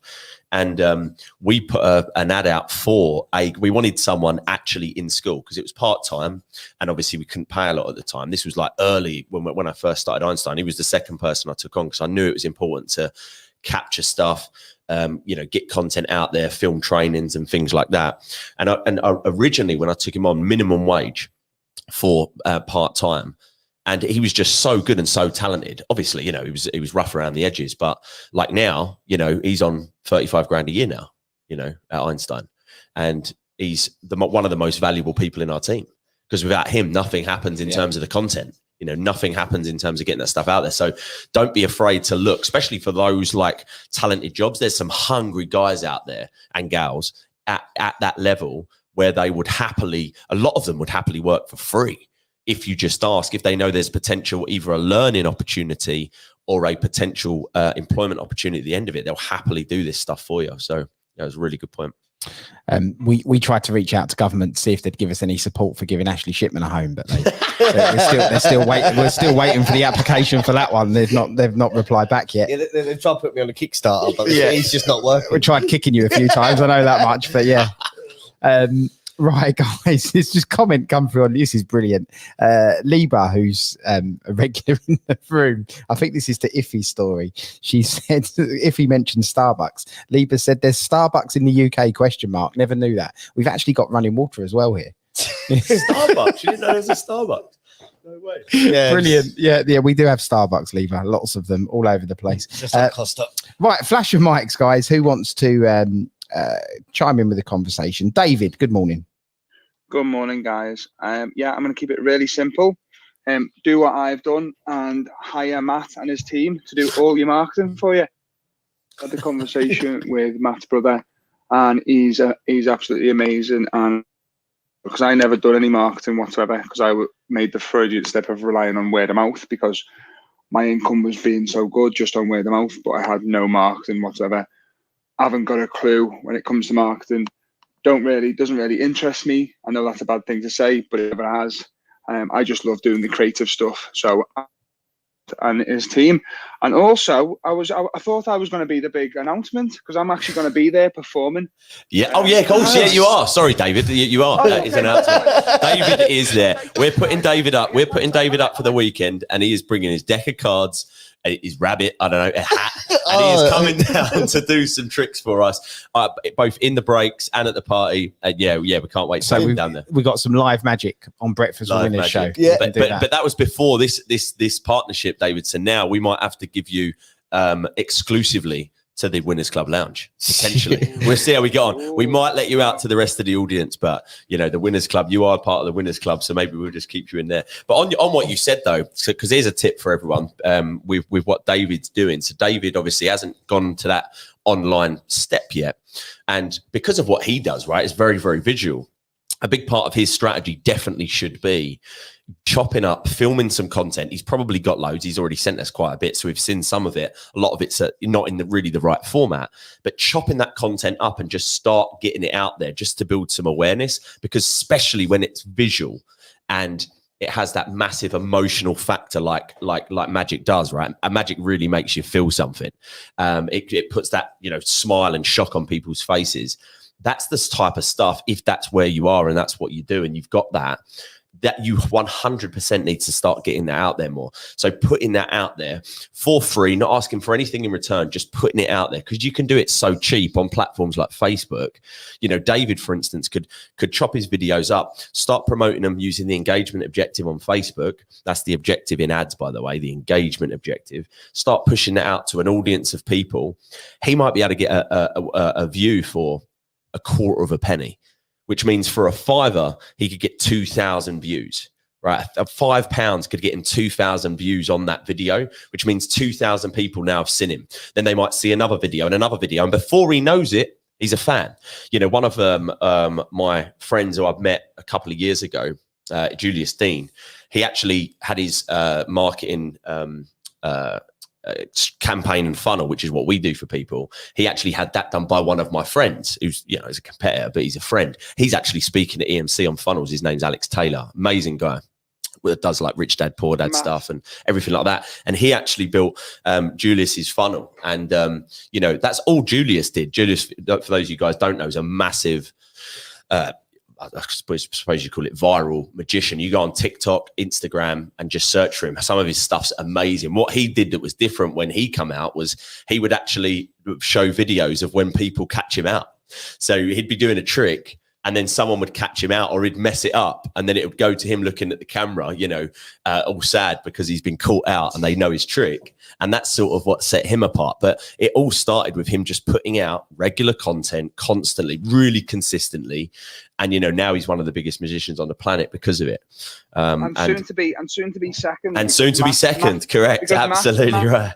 I actually, because what I got advice to do is, if you do have a competitor or you like something which they're doing, go through their program or their funnel, because that's what I did with Julius, just to see. I don't know whether it was Matt or I did, just screen recorded it and sent it to Matt.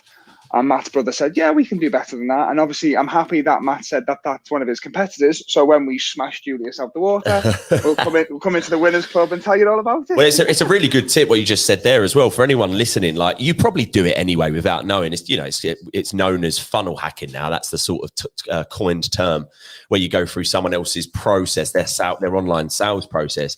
I do it more than anyone on the planet, 100%. There's no one that spends more money on competitions, ads, and products and services that I do. There's one guy, really funny story.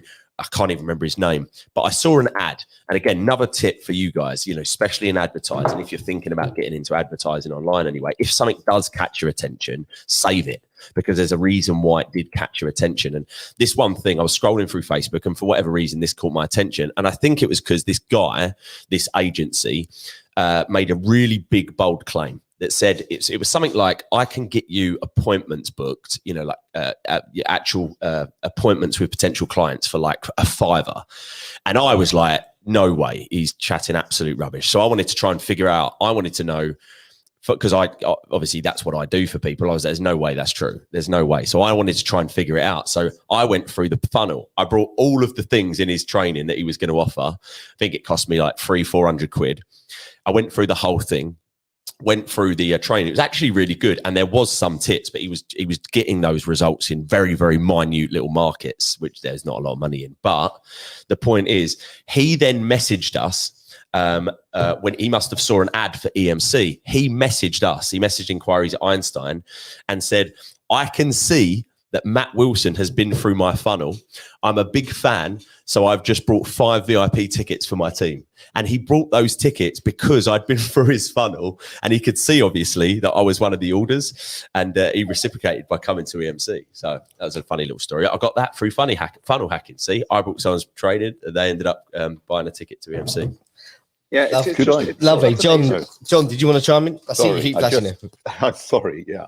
I just want to tie something in between what Matt just said about the funnels and also Dave with the magic. Is everybody in this room up for a piece of magic? Because I'll do it. 100%. Oh, you're going to disappear. Now you're all intrigued. John. Yep. Matt, sorry, can I just, okay, let's go. So I want everybody to think of a number between 1 and 10. Okay, think of a number between 1 and 10. And then multiply it by 9. Okay, multiply it by 9. Now that will give you a 2-digit number. Okay, so you've got 2 digits. Add those 2 digits together. Now take 5 away from that number. Okay. Now I want you to convert that number into letters of the alphabet. So if it's number 1, it'll be A. If it's 2, it's B.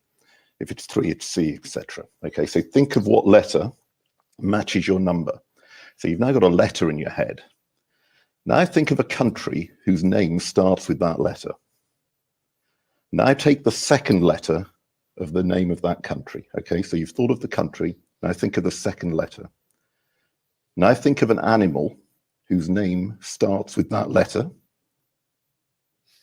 Now think of the color of that animal. So who's going to come on a holiday with me to Denmark to ride on a grey elephant? Oh my God. He's a wizard. He's a wizard. And on that bombshell, Yeah, on that yeah. bombshell, folks, have a great day. John, Ashley and Matt are still trying to work out their number and count 5 backwards in front of me. Mate, I've got 7. I'm going France, and I'm going to ride on a great whale. Don't worry, mine's Holland with the orangutan. I've got a great rabbit. I'm going Well, to Hungary on a unicorn. Then if you didn't get to Denmark and then you didn't know how to multiply. I was lost as soon as mental arithmetic was involved because I thought it was 6, and then when he said 9 times 6, I was like, "Fuck, I don't know what 9 times 6." Yeah, is. no, I got to Denmark grey, elephant grey. Yeah, yeah, brilliant. Well done, John. Nice, John. I love it. Say, John, Amazing, John. I that's a love really it. good trick. That is a really good trick, but that's one of the tricks which the reason magicians don't do tricks like that is because for that reason, like it's a hit and miss trick. So I'm going to gift you all. This is a trick which you can do, like similar to John, because when you said think of a number between 1 and 10, I thought, okay, he's going to say 7 because 99. So there's actually a percentage of people will say the number 7. So this is a hit and miss trick, by the way, guys. So if you say to someone, think of a number between 1 and 10, they usually say 7. It doesn't always work, but that's a trick which you can have. And there's another one, which if you ask a lady, so I would like all the ladies to think of a playing card. And then I say the Queen of Hearts. And quite a few of the ladies may have the Queen of Hearts. And then gentlemen usually pick the Ace of Spades. But again, they're hit and miss tricks. But guys, make sure you grab your ticket because you will see the celebrity performing magician. I've been to Abu Dhabi. I perform for millionaires and billionaires, and you will see me live at the amazing marketing event. So be there or be square. I'm David in the purple with the Magic School. Done speaking. Handing the mic back. Lovely. Just a quick one for anyone new that's in the room. The Winners Club have partnered with EMC, and we are hosting the official Winners Club event with EMC. So anyone who goes and gets a ticket through and is part of the Winners Club is all welcome to the Winners Club Lounge with a full weekend of A-list people training. I was just thinking of James Burt, but that's elite level celebrities. Actually, you should probably leave that till last because you like dangle the carrot like Stephen Bartlett, other people, blah blah blah. Tom Breeze knows a thing or two about YouTube, and then just for those people that are still sat on that fence going, "Oh, it's good value."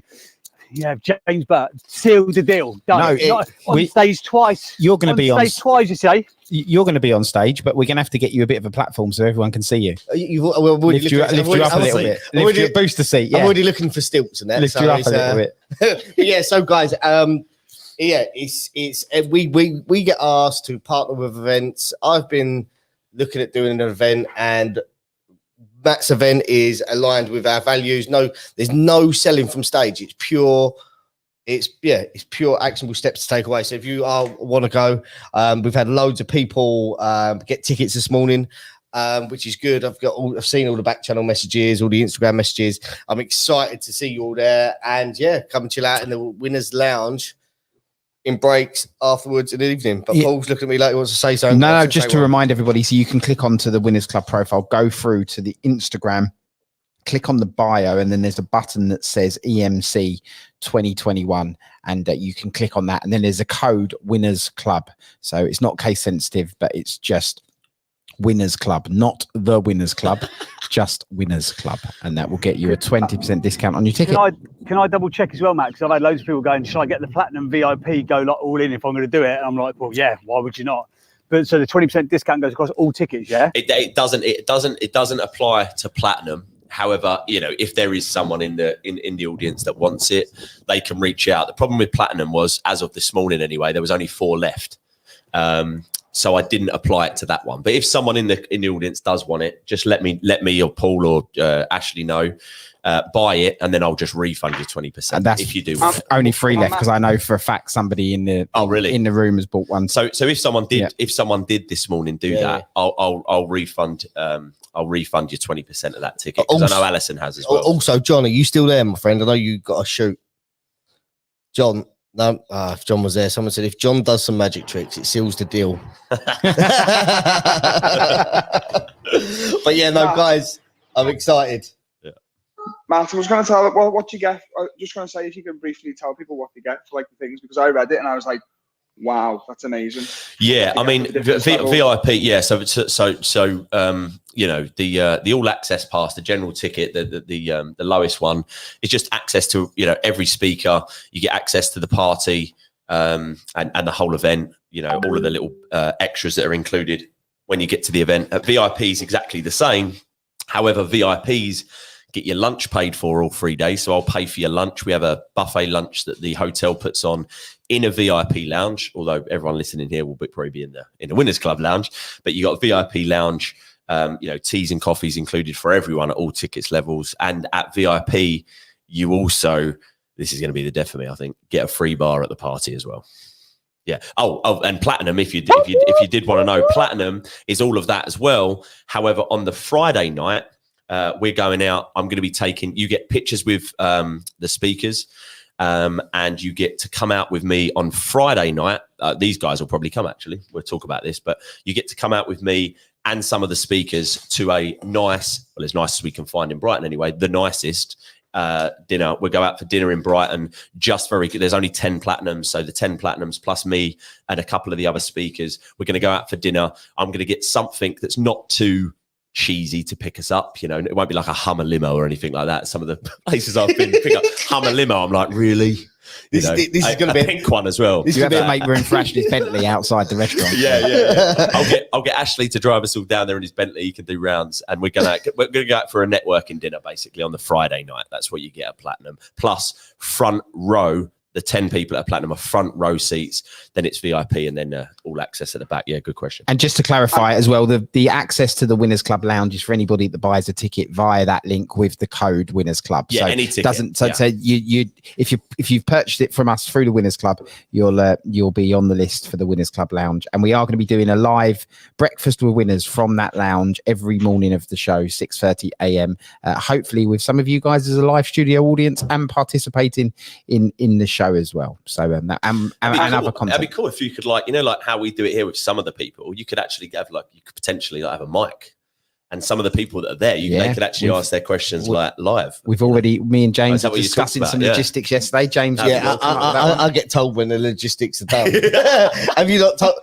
Ashley rocks up like a legend, just sits down in the chair like he owns it. In the King's chair. Yeah, the fact that there's been 2 weeks worth But of I work. love the fact that Matt's still been left my side with no buttons. It makes me feel like a bit. It makes me feel Don't trust better. me with buttons. Yeah. So me and James will probably be down there on the Wednesday setting the studio up, and Ashley will rock up. Stay away, Ashley. Yeah, Stay away. 1 minute past 6 on Friday morning for a show, like a legend. But yeah, guys, that is the Winners. This is the Partnership Winners Club, EMC.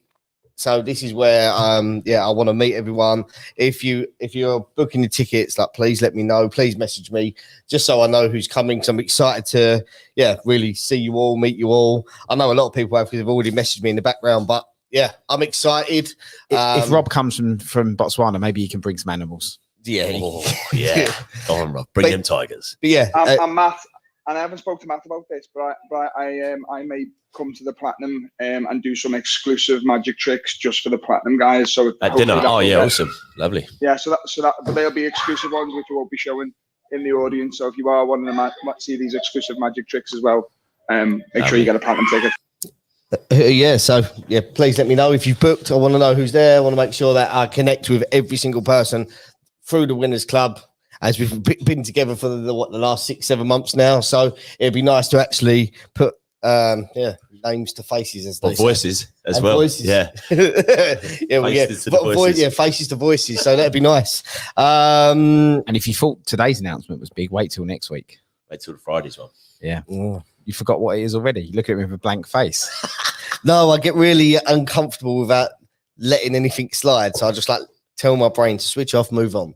Right, flash your mics, guys, if you want to. We was talking marketing strategies and how to get more clients, what's winning for you at the moment. Have you got any questions that you need answering, or if you just generally want to participate with the conversation? It's a Friday live show. You can click on the bio, go through and watch the live YouTube footage of the studio as well. Dr. Natasha, good morning. Good morning from very bright and sunny Norway, 9:20 here in the morning. Just wanted to say how jealous I am that you guys are all getting together at this event. We're still got England or the whole of UK in red, dark red actually, so can't travel, can't get to the UK. Hopefully that'll change by September, in which case I look forward to joining you. That'd be wonderful. So I will be with you at least on the live stream, if you're going to be doing it anyway, on Clubhouse, so that will be great. I do have a question. Very techie question, I think. I recently got access to LinkedIn Live.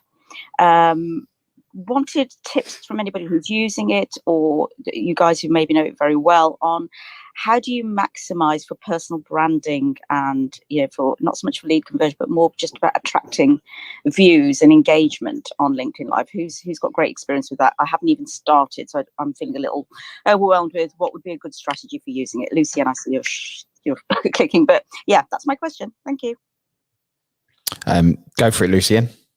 Cheers. Yeah, LinkedIn Live is a great feature if you know how to use it well. So my best tip, the thing that's worked best for me, and I haven't been using it properly recently, which is very naughty, is inviting guests on. So obviously you can't stream natively onto LinkedIn from your computer. You need to use an external streaming app or program. StreamYard is great. I use StreamYard. I absolutely love it. And what you do is you schedule your lives within StreamYard, and you can hand out the link to your guests that you want to bring on and have talking with you. And what they do is they appear like in a green room, like in a separate room, and you can click on their face and you can add them into the live.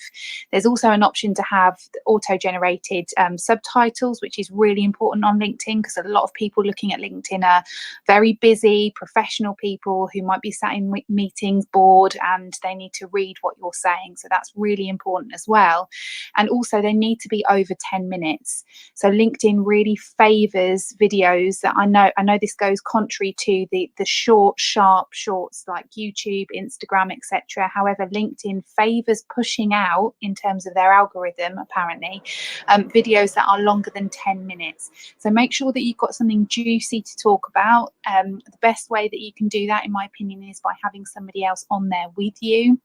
And ensuring that it's captioned, but you do need to find a third-party host like StreamYard, which you can brand, and it's not very expensive to unlock it, to kind of white label it so that you've got your logo in the corner. You can change the banner to your color. It's an absolutely brilliant tool when used well, but plan it out, get some people involved with you, and make sure you're talking for more than 10 minutes on something juicy. And tell people, this is the last thing, sorry, this is lots of information. Tell people beforehand that you're going to be going live. So message your community, say, I'm doing a live with so and such, come and join me.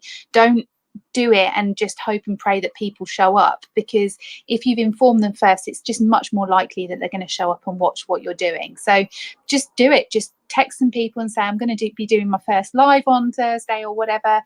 Come and join me, come and watch it at this time, rather than hoping and wishing that people will arrive. I'm sure there's lots of other people who've got some great advice, but those would be my tips for now. I'm done speaking.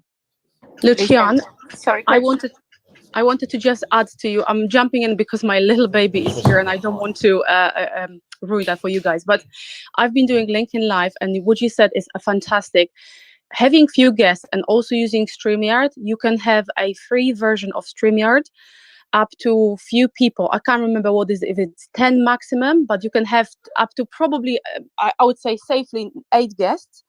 And I've been using it and then tagging people and announcing it in advance on your Instagram, on your Facebook, or even on stories on LinkedIn. This helps as well. And also tagging particular individuals so their audience can see it. On your story, there is an option to now tag people on stories. So I think that this is what Lucienne said is fantastic. And just adding these multiple people would help you as well to reach more audience, but also doing posts and searching for only people you are interested to show it to. So maybe in your search, when you are looking for individuals you want to follow before your live, start following those people who you would want their attention. So start sending them invitation of being a connection on LinkedIn. So then when you are just before your live, then they will be curious about what you're doing, and they're more likely will go to your profile than to to see what are you about. So that's my my take here from using LinkedIn Live. And I'm Paulina, and I'm done speaking. Thank you so much. Could I just ask a follow-up question? Thank you, Paulina. To Lucienne, please. Yeah, go for it. Lucienne, how often would you recommend that you do the lives? Because it sounds like some people do it very often, like weekly, and some people maybe do it less often. Is there That's a really good question. Yeah, so at the moment I'm not doing them at all, which is really, really naughty. We've mapped it back in for next month starting again, but I was told if you go live every day, it's a big no-no. And now this information that I'm giving, I had LinkedIn training probably, it was about 8 months ago, so I don't know if things have changed or not. I spent a lot of money on my training and it was affiliated within LinkedIn. So the information that I'm giving is from LinkedIn partners. And what they said was going live every day is something that it is not actually what they like, which is really weird, right? Because it's all about consistency and showing up. They prefer high quality content that isn't spammy. So they would prefer, apparently, for you to perhaps go live twice a week at a dedicated time and create that consistency. They want people to be showing up on their platform, using their platform and going away with valuable content, a lot like what this room creates and what the event that we've been talking about is creating. That is their culture. So I would recommend, I didn't go live more than once a week when I was doing it, and my audience knew when I would be going live as well. So I think it's a case of being a bit more structured and curated, but don't forget too that the stories element is slightly different on LinkedIn. The stories element, I highly recommend you get really involved with that you post as many stories as you possibly can, repurposing from Instagram if you use Instagram. That is an aspect of LinkedIn where they are trying to pull in that culture from those more kind of popular, who's it popular to? Don't know. From those other platforms. So stories, definitely, volume, short snippets, but with the LinkedIn lives, it's more about a curated experience. But please do correct me if I'm wrong, folks in the audience. No more than twice a week, I would say. That's like a masterclass in LinkedIn, Lucienne. I can't thank you enough. And can I just give you a shout out? I sat in on your coaching class. I got the chance because it's at a time when I'm not normally around, a week ago, and it was phenomenal. So if anybody hasn't done that session on Clubhouse that you did, I kept hearing Ashley talking about it and Paul talking about it, and I got the chance to jump in, and it was brilliant. So yeah, just giving you that shout out. I thought it was great. So thanks for your help today. I'm done speaking. Thanks. Very kind. Thank you, Natasha. Lucienne, just remind everybody of your room. It's today, isn't it? Yeah, it's today at 4 o'clock. It's a power hour, 1 hour. Come along, make sure you're somewhere where you won't be disturbed. Bring a pad and a pen. It's all about exposing your thinking. Also bring your calendar. So you Google calendar so that you can look at what you've done this week and you can look at what's coming up next week. It's a very practical session at 4 o'clock today. Brilliant. If you haven't already guessed, we love practical, tactical, actionable content, and that is our mission, to give you guys as much of that as possible via the Winners Club. So flash your microphones, guys. It's approaching 8:30. If you haven't already done so, click on the greenhouse, follow the Winners Club so you can be alerted of all the great rooms. And actually now our link on our bios has changed slightly, so you can see what those rooms are. And we've got some really exciting announcements next week, actually. Probably the first one on Monday, about new rooms that we're going to be running weekly under the Winners Club. We have Lucienne's Power Hour, which is this evening at 4 p.m. We have Matt's, who's with us here in the studio, Marketing Room, which is every Tuesday at 4 p.m. for about 90 minutes of just pure, well, the room is called Marketing Problem Solved. So that, as James likes to say, Ron Seal, it does exactly what it says on the tin, solving your marketing problems. We're going to be having a business one starting soon, and some other great rooms as well. So flash of mics, guys, if you have a marketing question or if you want to share some marketing wisdom, what's working for you right now to attract some clients, or if you just want to chime in on the conversation. They're a quiet bunch today, aren't they? They're here in spirit, but not actually doing anything. So flash of mics, please, guys. Keep flashing so I can see who you are if you want to share. Someone called James keeps flashing. Is he? Yeah, someone. What did we say yesterday? Don't be a dick. Yeah. James. I just heard you swear there, Ash. No, I don't think the mic wasn't off. Sorry. No children are present. They're not allowed on Clubhouse. Over 18s only. I just actually went, Where's James? can I ask a question, mate? Yeah, go on, Beju. Seeing as you jumped in over James. James has got a new picture. So has Ashley. Has anyone seen that? They've got new pictures. Go, Beju. Sorry, Matt, mate. Yes, mate. First base. Assuming someone's starting their business today, right? Yeah. And they're thinking, right, 6 months, how to get their first clients, right? A lot of people think referrals. Who do you know, right? What would you say is the first marketing activity a new business should be doing that maximizes return with minimum investment? And it's probably part of testing as well. So a lot of people use word of mouth tactics, which is obvious because it's who you know. But when they think, all right, what's the first thing I should be doing? What would you suggest would be the first low cost or zero cost, most effective, efficient way of marketing a new business that someone's never done marketing? Yeah, so I think if it's a service based business, it obviously depends on what type of business it is. But if it's a service based business, like a lot of people in this room are, and I am, and coaches, consultants are, it's really, really easy. The only way to start, really, to get a rapid start, is to offer your services for free a few times.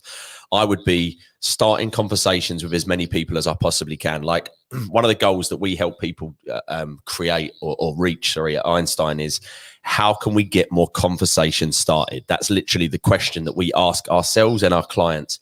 We get them to actually print it out and put it next to their desk every single day. That should be at the forefront of their mind. How can we start a conversation with a potential client? So at the very, very start, when you're first starting out, it's hustle. It's hard work. We need to go. I've got a little bit of echo in my mic. You need to go out and put the effort in organically to get these conversations started. Start approaching people that you believe you can help. If you've got a service, so for instance, for me, I knew that I was really good at advertising on Facebook, right? At the time, I was very, very good at funnels and all of that sort of stuff. But, for me to go and approach companies about that without, the sexy thing that they really want, which is to spend money on marketing so that they get leads and sales, etc., wasn't going to work. So I just I approached people. And bearing in mind, at this time, I was on a 6-figure salary. I was already well positioned, and I could have easily said, I'm not going to offer my services for free. But I believed in my service so much that I knew 100% without a shadow of a doubt, I could do an amazing job.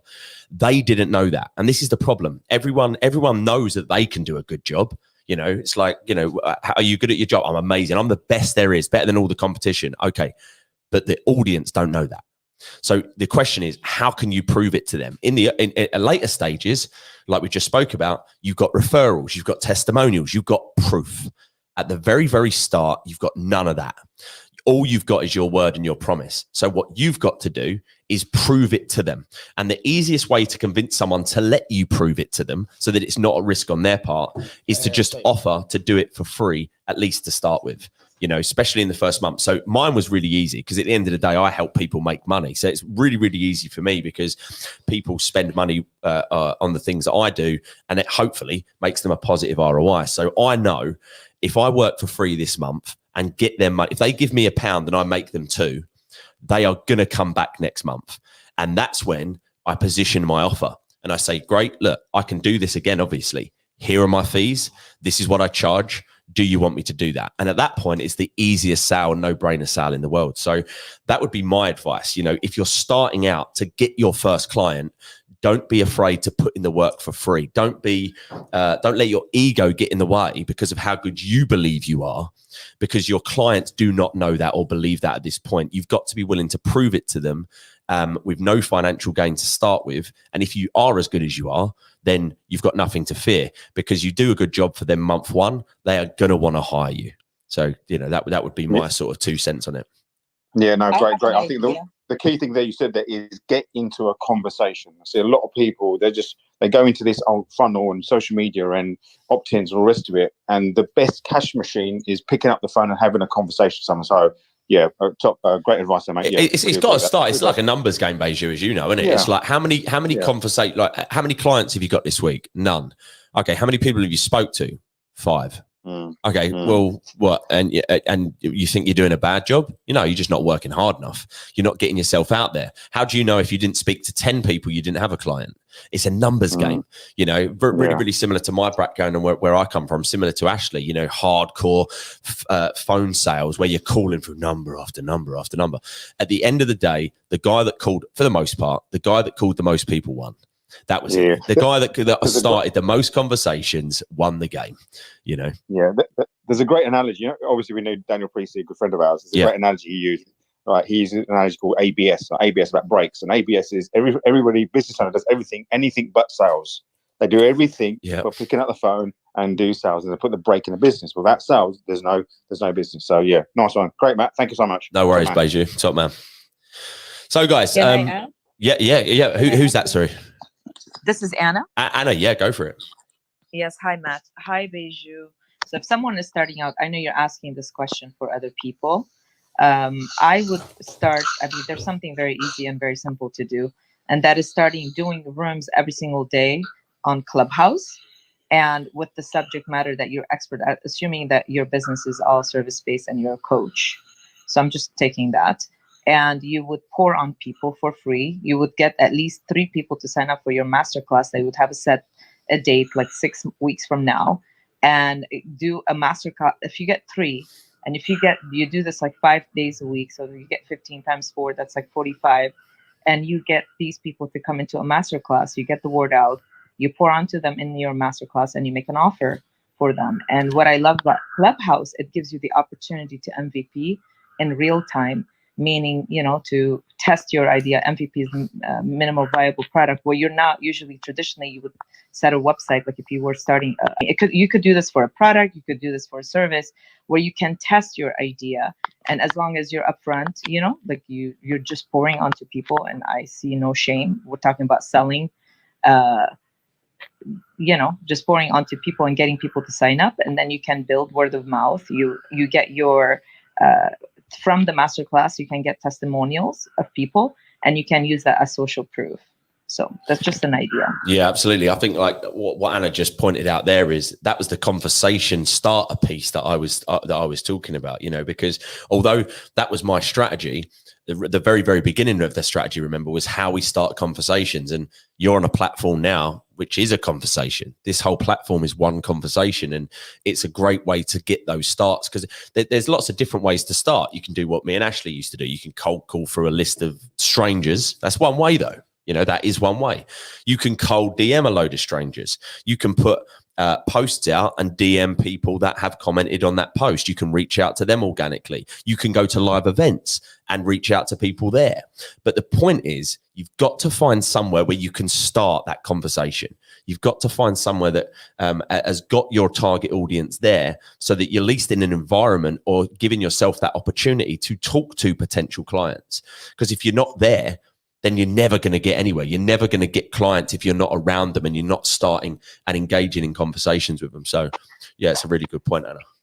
Yeah, one more thing, Matt, thank you so much for saying that.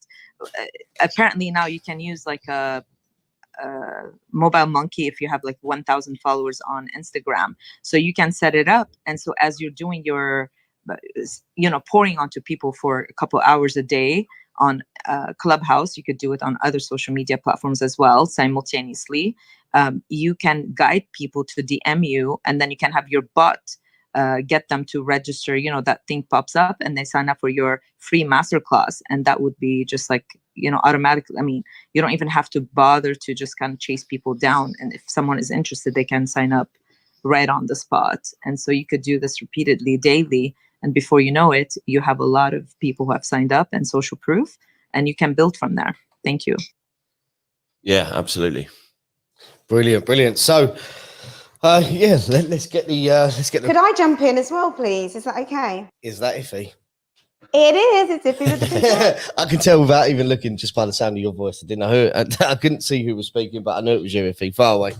Oh, thank you. I was just going to add to what Matt said, because I was thinking back to everything that I've been through. And I think we have this idea that when we set up a business that people are going to pay us. I know it sounds crazy, doesn't it? But what I found is that once you get over the fact that you have to do things for free, because people don't know you and you're new and you haven't proved yourself. So I think if the first step is, if you're just starting, like Matt said, it really is about who is my ideal customer? Who can I really serve? Who can I add value to immediately? And make sure you pick somebody who's got a big mouth and who's got loads of friends, who can then go and tell everyone how amazing it was. So I really do think it's just the question that was asked is just to find one person that you can add the most value to. And I come from a cold calling, like picking up the phone and ringing and ringing and ringing. It's absolutely true about the more you dial, the more people you get through to, the more people you get through to, the more people you convert, that kind of thing. But what I found is it doesn't matter what level I am in my business. I always have to start off by showing them that what I'm doing is of value. So just to give you one example, when I wrote my book, I gave it away to people. I was like, here, I'm giving you my book. Please, could you read it? Please, could you tell me what you think?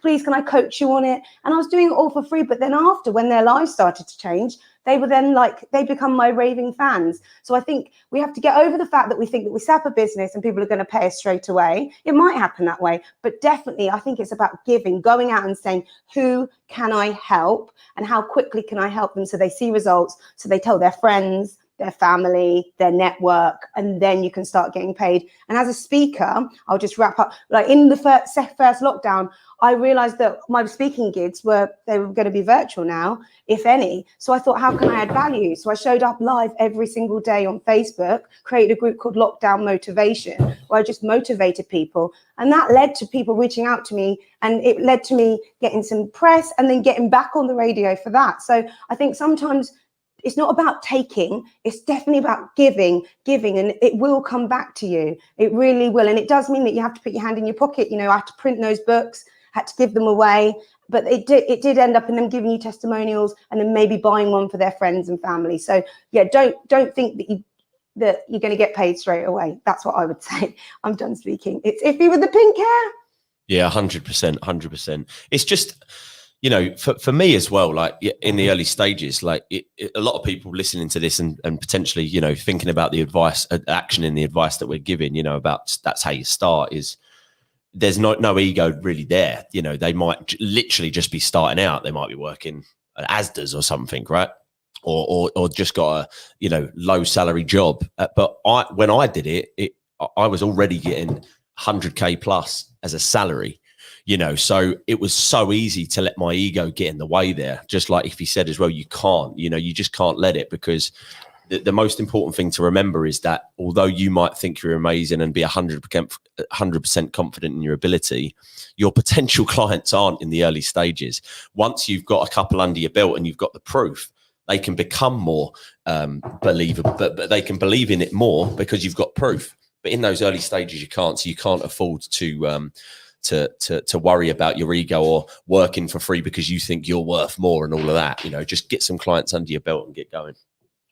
I would say as well, Matty, it's Lucienne here, that actually sometimes a lot of people listening today might not have that full belief yet, especially at their very start of their business, that what they do is absolutely brilliant. And that's something that tends to grow with successful outcome, having done it successfully over a period of time. And the only way that you can do that is by getting in there and doing it. So even if you haven't got that belief at the moment in what you're doing, that's something to work on. That's a mindset thing that you definitely need to be working on, because if you don't believe in your service, then who will? But on top of that, if you don't get out there practicing and doing it, and I wholeheartedly agree in this, you know, do it for free a few times, get those testimonials in, gauge what's going on, see what's going on, be really transparent about that. You know, this is my new venture, I'm testing this out, I want to see how it goes, and that will help you build your belief as well. Thanks, I'm done speaking. Hey, can I chime in at all, guys? Yeah, go on, far away, Dan. Cheers, bro. I haven't spoken yet. Sorry about this, guys. Yeah, I completely agree with what Lucienne said just there. In fact, the weekend just gone, I went on to my new little mini adventure where I'm coaching coaches, and that was all for free. And it was absolutely amazing. I got a nice testimonial video at the end. I got a little bit of a confirmation that I was teaching the right content. They were all really happy. They had fun. I was a bit skeptical, thinking, I should have had music. I should have had this. I should have had that. And I said, no, we're not here to have fun. Well, we are a little bit, but we're here to learn. And I'm really glad that we did actually have fun when you were coaching. And Lucienne's going to slap my wrist when she sees me, because and this was literally after a powerful conversation with Gordon, who's literally just popped in the room. I was looking through an email that I sent, and talking of self-belief, and at the bottom of the email, it said this. It said, the price is this much, but I'm willing to compromise and alter the price because I know that you're a caring parent. And I just didn't know that I did know, but I was sending that email, and how much is that shattering my belief in my service? And I'm not being arrogant, I'm being self-belief. I'm a bloody fantastic coach, and I get so many good results. The first session yesterday, my second client in Scotland, which I spoke about last week, and the kid was buzzing, the mum was buzzing. It was absolutely amazing. So if you're sitting there thinking of beginning a journey of coaching or mentoring or whatever it is, and you've got low self-belief, don't think less of yourself for having that, because we still have it as we've got now. Lucienne is smashing her podcast, the Winners Club. There must have been some doubt flying in the air, but you've just got to get on and do it and believe in yourself. And if you're getting results, shout about them from the rooftops. Don't be all like, oh no, I can't, I shouldn't really do that, I was a bit arrogant. No, it's not bloody arrogant. It's pride and it's self-belief. And if you're changing a kid's life or a person's life and making them, even essentially saving a life, then why the fudge pop are you not shouting about it? Okay, so that's my little rant over to you guys. Good rant. I love fudge pop. James, are you bored? Are you bored? Because you keep changing your profile picture. Did you do your own colour? Are you just trying to get a good looking angle? Because if you are, there's none of them, so don't worry. I know. In my head, I'm really good looking, but then in photos, I look like a receding shark. So I'm having a. What are you laughing for? I'm laughing in the background. So yeah, I'm going to keep going at it, guys. Just PTR, pull to refresh every 5 minutes. I'm going to. Who done your colour background? I found an app. That's why it was a bit fuzzy. Shut up, Shipman. We actually because we needed some new photos and the stuff that's coming next week. Yep. That the announcement, we needed to get some photos and stuff. So we one of James's entourage come down, the video guys, and he might be in the room actually. Is he there, Joe? No, he was here when I come actually. Joe, yeah, Joe, and he took some photos. God, that was hard work. Getting some photos of Ashley and James. Honestly, that was hard work. And then when Paul's having these photos done, me and James are just taking a piece. It was like two school kids. Honestly, it's like, come on, just stand there and get a photo. And they were giggling with each other, laughing. When I was having my photo, James started recording me from the background. When you have your Hello magazine shoot in a few weeks, I thought it's Heat. Well, maybe you're doing Heat as well, but when that happens, you can't giggle like a teenager. You know that those shoots. No, actually, Shipman went all blue steel. Do you remember? Give it loads. At one point, he stood up. I was like, I've never seen him look so tall. He grew in stature by about 2 inches, and then he give it loads. That's where the Jack Russell come from. No, the conversation I had with him last night, because he said to me, "When can we?" He's been like a little school kid. When can I release the photos? When can I release the photos? Every day he's been on that. When can we put the photos out? Things get held back for me. So I said, hold on, just hold on till we do it till Friday. So anyway, last night he said he showed us the photo. He put the photo in the WhatsApp group of the photo that he's getting. But that photo that he's got is like, there's a photo of all three of us, and he's cropped himself out. But we actually had quite a lot of individual ones done, which is probably where James's one come from, and my one actually. Right, we had individual ones done. So I said, you do know, instead of cropping yourself out of the one with all three of us, you've got loads of individual ones. Do you want me to send them to you? Yeah, no, I don't like any of them. I passed them to my designer. I went to my designer. Do you magic? Make me look pretty or something. And he went, fucking give me something to work with, mate. Guys, can I just say something? Because I'm a professional photographer, so I understand why he chose the photo with his mates, because the feeling he exuded there and the reflection on her face. They're not my mates. Probably. You're not his mate. I'm only joking. No, but I truly believe that the reason why people choose particular images when we sometimes think something else is better is because how it made them feel. I'm sorry, I'm literally walking with my son to drop him off. So yeah, it's about the feeling. What sort of feeling we are exuding and what sort of feeling we will feel comfortable on posting. And I'm done speaking. Yeah, I'm not I'll very. tell you what, I can tell you exactly why Ashley's done it, because he's cropped out the image, and that one there just so happens he's sat at a weird angle, so he looks all tonk because his shirt is all rippled around his muscles. Yeah. He's cut out a bit. You're breaking up, so unlucky there. He's cut out a bit of the shoulders, and he's just gone, "Oh, look, well, Tom." He probably looked at his shoulder. This is savage. You know, there's nothing secret in our little threesome that goes on here. There's absolutely Hold up nothing for Crumble, secret. Put the nose scratches. Oh no, don't. Give everybody the gift. Yeah, I don't know if anyone's ever seen this picture of Paul smelling his. This is turning into a show. No, right. So let me just explain this a little bit, okay? Because they're all laughing. I've got to put my side of the story across.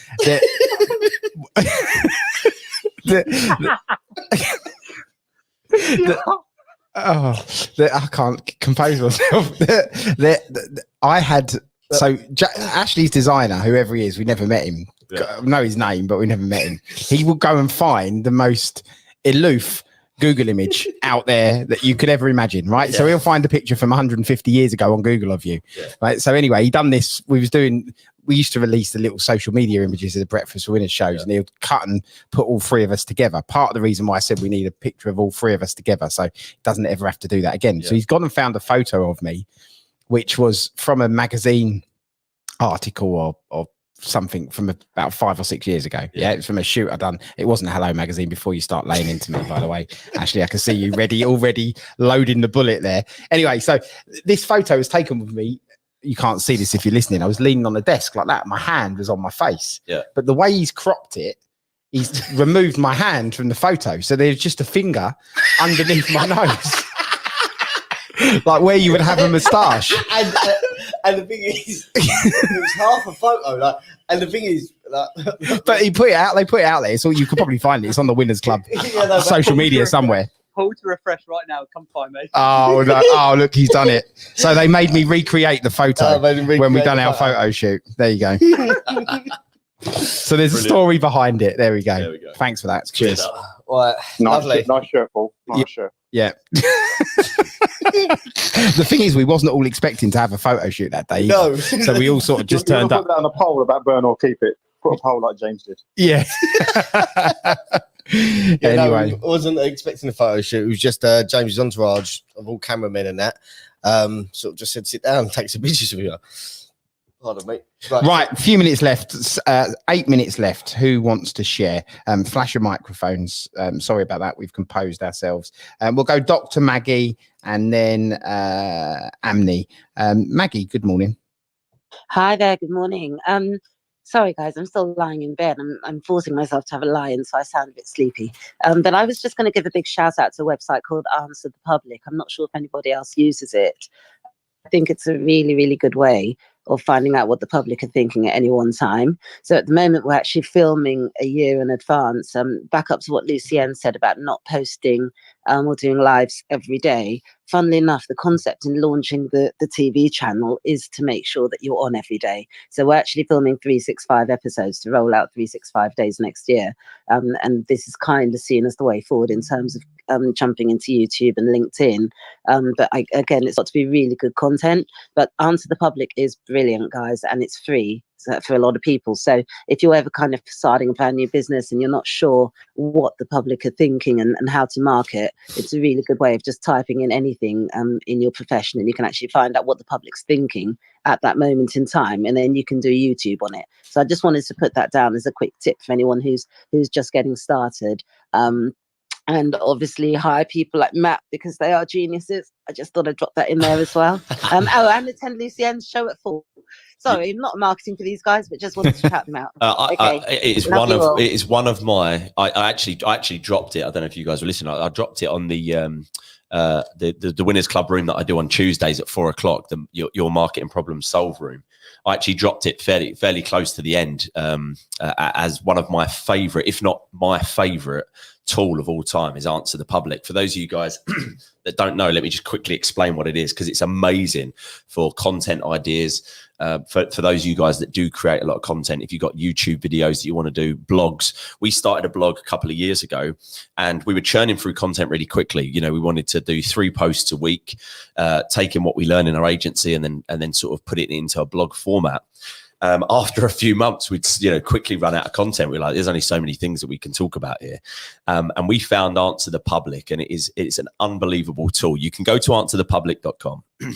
You put in a keyword like weight loss, for instance, and what it will do is it will show you all of the questions around that keyword that are actually being asked by the audience in Google. So it will give you all of the different hows, the whens, the whats, the wheres, the whys, the who's around weight loss in this beautiful sort of mind mapped display. You can download it to an CSV, and then you literally, just with one keyword, you have hundreds of content titles, because the best form of content, especially if you're in a service-based business and you do something for someone or you help them achieve that goal through a service, the best form of content is how-to content, showing them how to, answering the questions that are burning inside them, because that's what they're actively looking for. So your audience all the time are going, before, don't sort of make no mistake about it, before people hire you or come looking for you, they try to find the answer themselves. They go to Google, that's the first point of call, and they type in the question, how do I lose weight? As an example, all right? And the information, etc., that they're finding there is qualifying, basically telling you that they're your ideal client because you can help them lose weight. Now, if you know that question's being answered, and you know all of the other little questions that are being asked about your service by your market, you can create a video that is titled how to lose weight. You can title a video, whatever. You can write a blog post answering that question. Do a podcast where you go through loads of those questions. It's perfect for podcast content as well. Here's some questions that your public and your audience are actually asking. It is by far my favorite tool. So yeah, great drop there. Great tip. And I highly back that up. As you can tell, I'm really passionate about Answer the Public. I love it. Brilliant, thank you. And one thing I was going to go further to say on that is that for those of you like me that love writing books, I would suggest have a good look at Amazon Audible, because Amazon Audible, I'm sure they're working alongside Answer the Public. It's actually really freaky. But if you kind of get your book chapters or your book titles to match up with what's seen on Answer the Public, Amazon Audible push it forward for you. So your book gets to bestseller status really quickly. So it's a really good hack that a lot of people don't know. But literally, if people are searching in Amazon Audible for a book, a lot of them are searching the exact same titles on Answer the Public.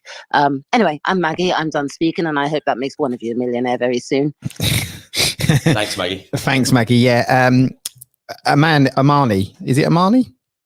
Yes, it's Amani. I've had so many people say my name, Armani, Amina, but I've never had Amini, to be honest. Yeah, sorry about that. It's all right. It's all right. You should hear what we called Lucienne, first of all. I butcher names all the time. You have no idea what I used to call Michelle for a very long time, so that's okay. So guys, I just wanted to ask you, following up from Beiju's question. So the first stage, we went through the first stage. So you got your first 10 clients, you've got your reviews, you've got people talking about you right now. Some people really love your services, and they're like really, really raving about it. So what's the next step? What's the next step of, like, you're still very small, you're still starting out, but you have a little bit of content there, you have a little bit of reviews there, you have a little bit of clients there. What's the next step in marketing? Did you get that? No, sorry. No, because you two were playing around like kids, weren't you? I ain't got time to you. Yeah. No, what's the next step? Go on, who's there? It's Iffy. I could jump in quickly. Go, Iffy. I would say niche down, really decide who your real clients are. And it's hard when you think that you can serve everybody. But what I did was, when I had my first major business, I just focused on one niche group and become an expert. So I worked with accountants. So I learned everything about the way they think, the way that what they do, what their business is like, what their pains are. And then everywhere I went, I was like, I'm the person who deals with accountants. And I found that if you can niche down, or I moved into the world of autism, I think out of all your clients that you've got, those 10, have a look to see who you would love to have more of them. So the thing I say to my clients is, imagine you could have a queue of your ideal customers waiting outside your front door, knocking, ready to pay. But the only thing for you to have them is you have to be completely clear about who they are, and you can only choose one type of person. So then that helps you to really niche down on who you like working with, their age, what their pains are, what exactly who they are, and then you can just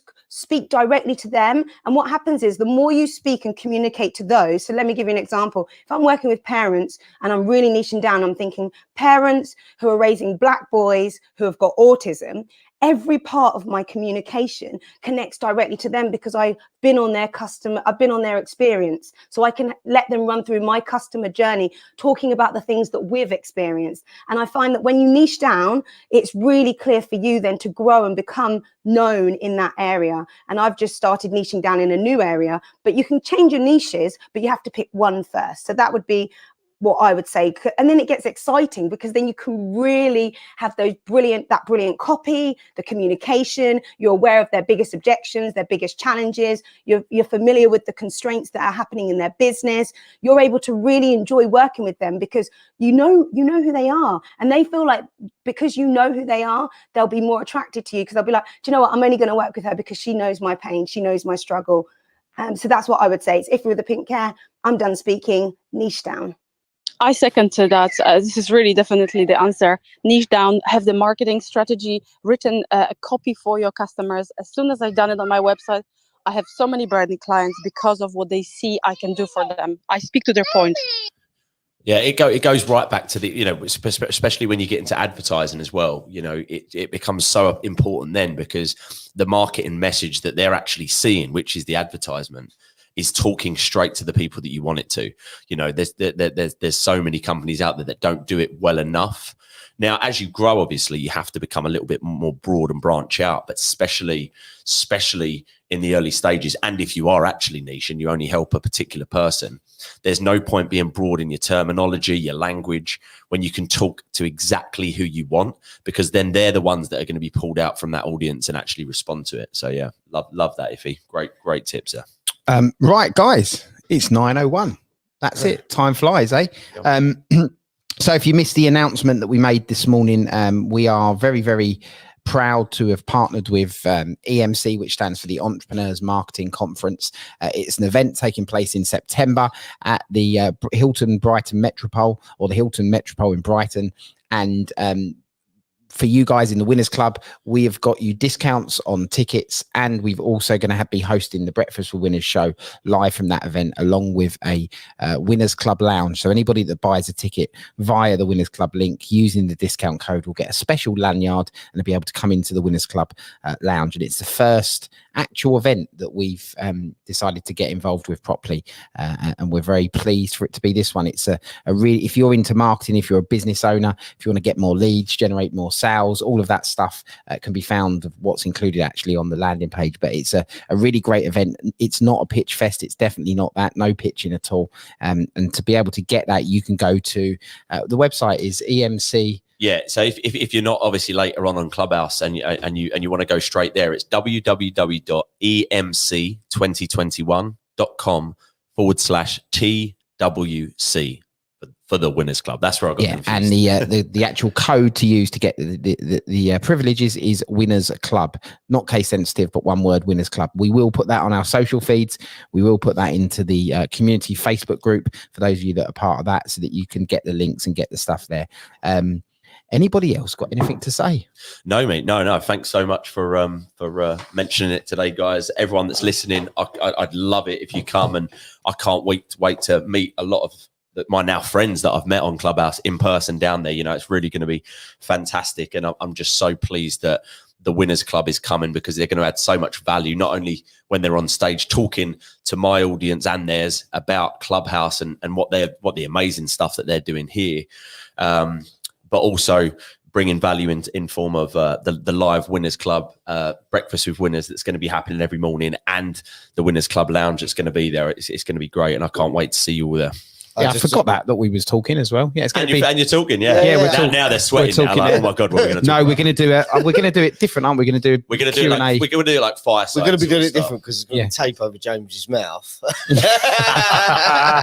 going to do like a fireside chat. So I'm going to be up there. These three are going to be up there, and I'm basically just going to be firing off questions and asking them questions about how they've done what they've done on Clubhouse, what tips and tricks that they would give the audience if they wanted to start building an audience on Clubhouse. Because these guys, as you guys know, have done such a fantastic job of doing it. I think there's so much that we all can learn from what they're doing here. So yeah, really looking forward to it.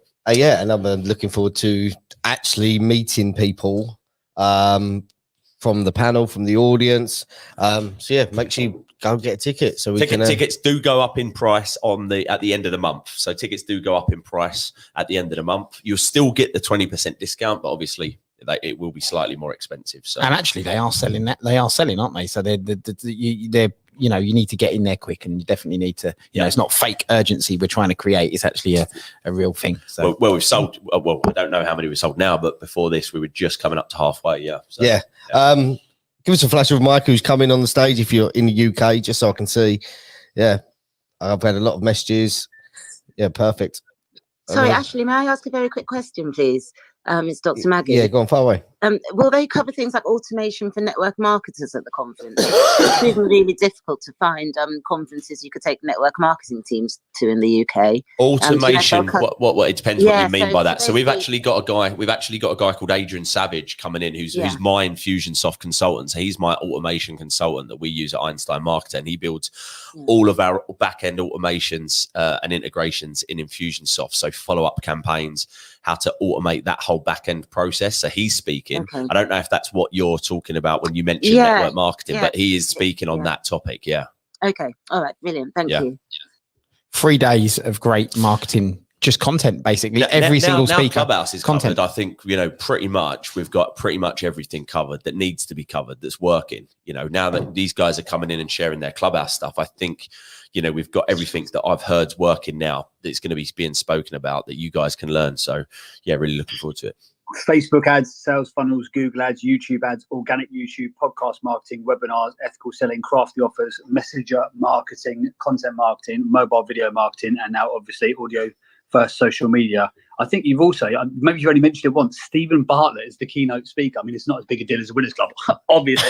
Or James He's Burt. the youngest ever dragon on Dragon's Den, and he sold out his agency for about 450 million quid at the age of 29, didn't he? So he is an absolute OG legend in the marketing space. So yeah, I mean he's a rock star. Yeah, he's just been announced. I don't know if it's not out yet. I don't think. I think they're filming it now. But he's been announced as the youngest ever dragon on Dragon's Den. Yeah, very successful. He's 28, which makes me sick. And we're going to try and get him on Breakfast for Winners, aren't we? And we're going to try and get him on Breakfast for Winners in the morning, because he's speaking. Show. Because he's actually opening the show. So I say he's opening. There'll be a speaker just introing him, obviously, but he's going to be the first sort of keynote slot, first thing on Friday morning to open the show. So yeah, can't wait. So if you want to be part of that studio audience in the Winners Club Lounge before that day, hopefully we'll have Stephen in the studio, and whatever our studio is, we've got to come up with some eccentric ideas for that. Just leave me with the buttons and the wires and I'll get it sorted. Yeah. But yeah, so guys, so as you said, we've got one and only James Burt, the podcast king, headlining. And he actually, on the live stream, StreamYard that we put in here. Yeah. When people pop up, you can see what their name is. Yep. And he actually declared his name on the StreamYard as the podcast king. That's his title now. That didn't go unnoticed. Clearly. Guys, don't. I was going to try and defend that, but actually, do you know what? That must be from a different podcast I've done on StreamYard before. So yeah, either way, we just have to take that. Anyway, guys, look, please check out Lucien's great coaching room, the Power Hour, today at 4 p.m. BST time, wherever that is for you around the world. Join the Winners Club, follow the Greenhouse to be kept up to date with all of the great rooms that we will be running. It's been a pleasure, as always, to spend the last hour and 2.5 hours with you, and we will see you in the morning. See you later, guys.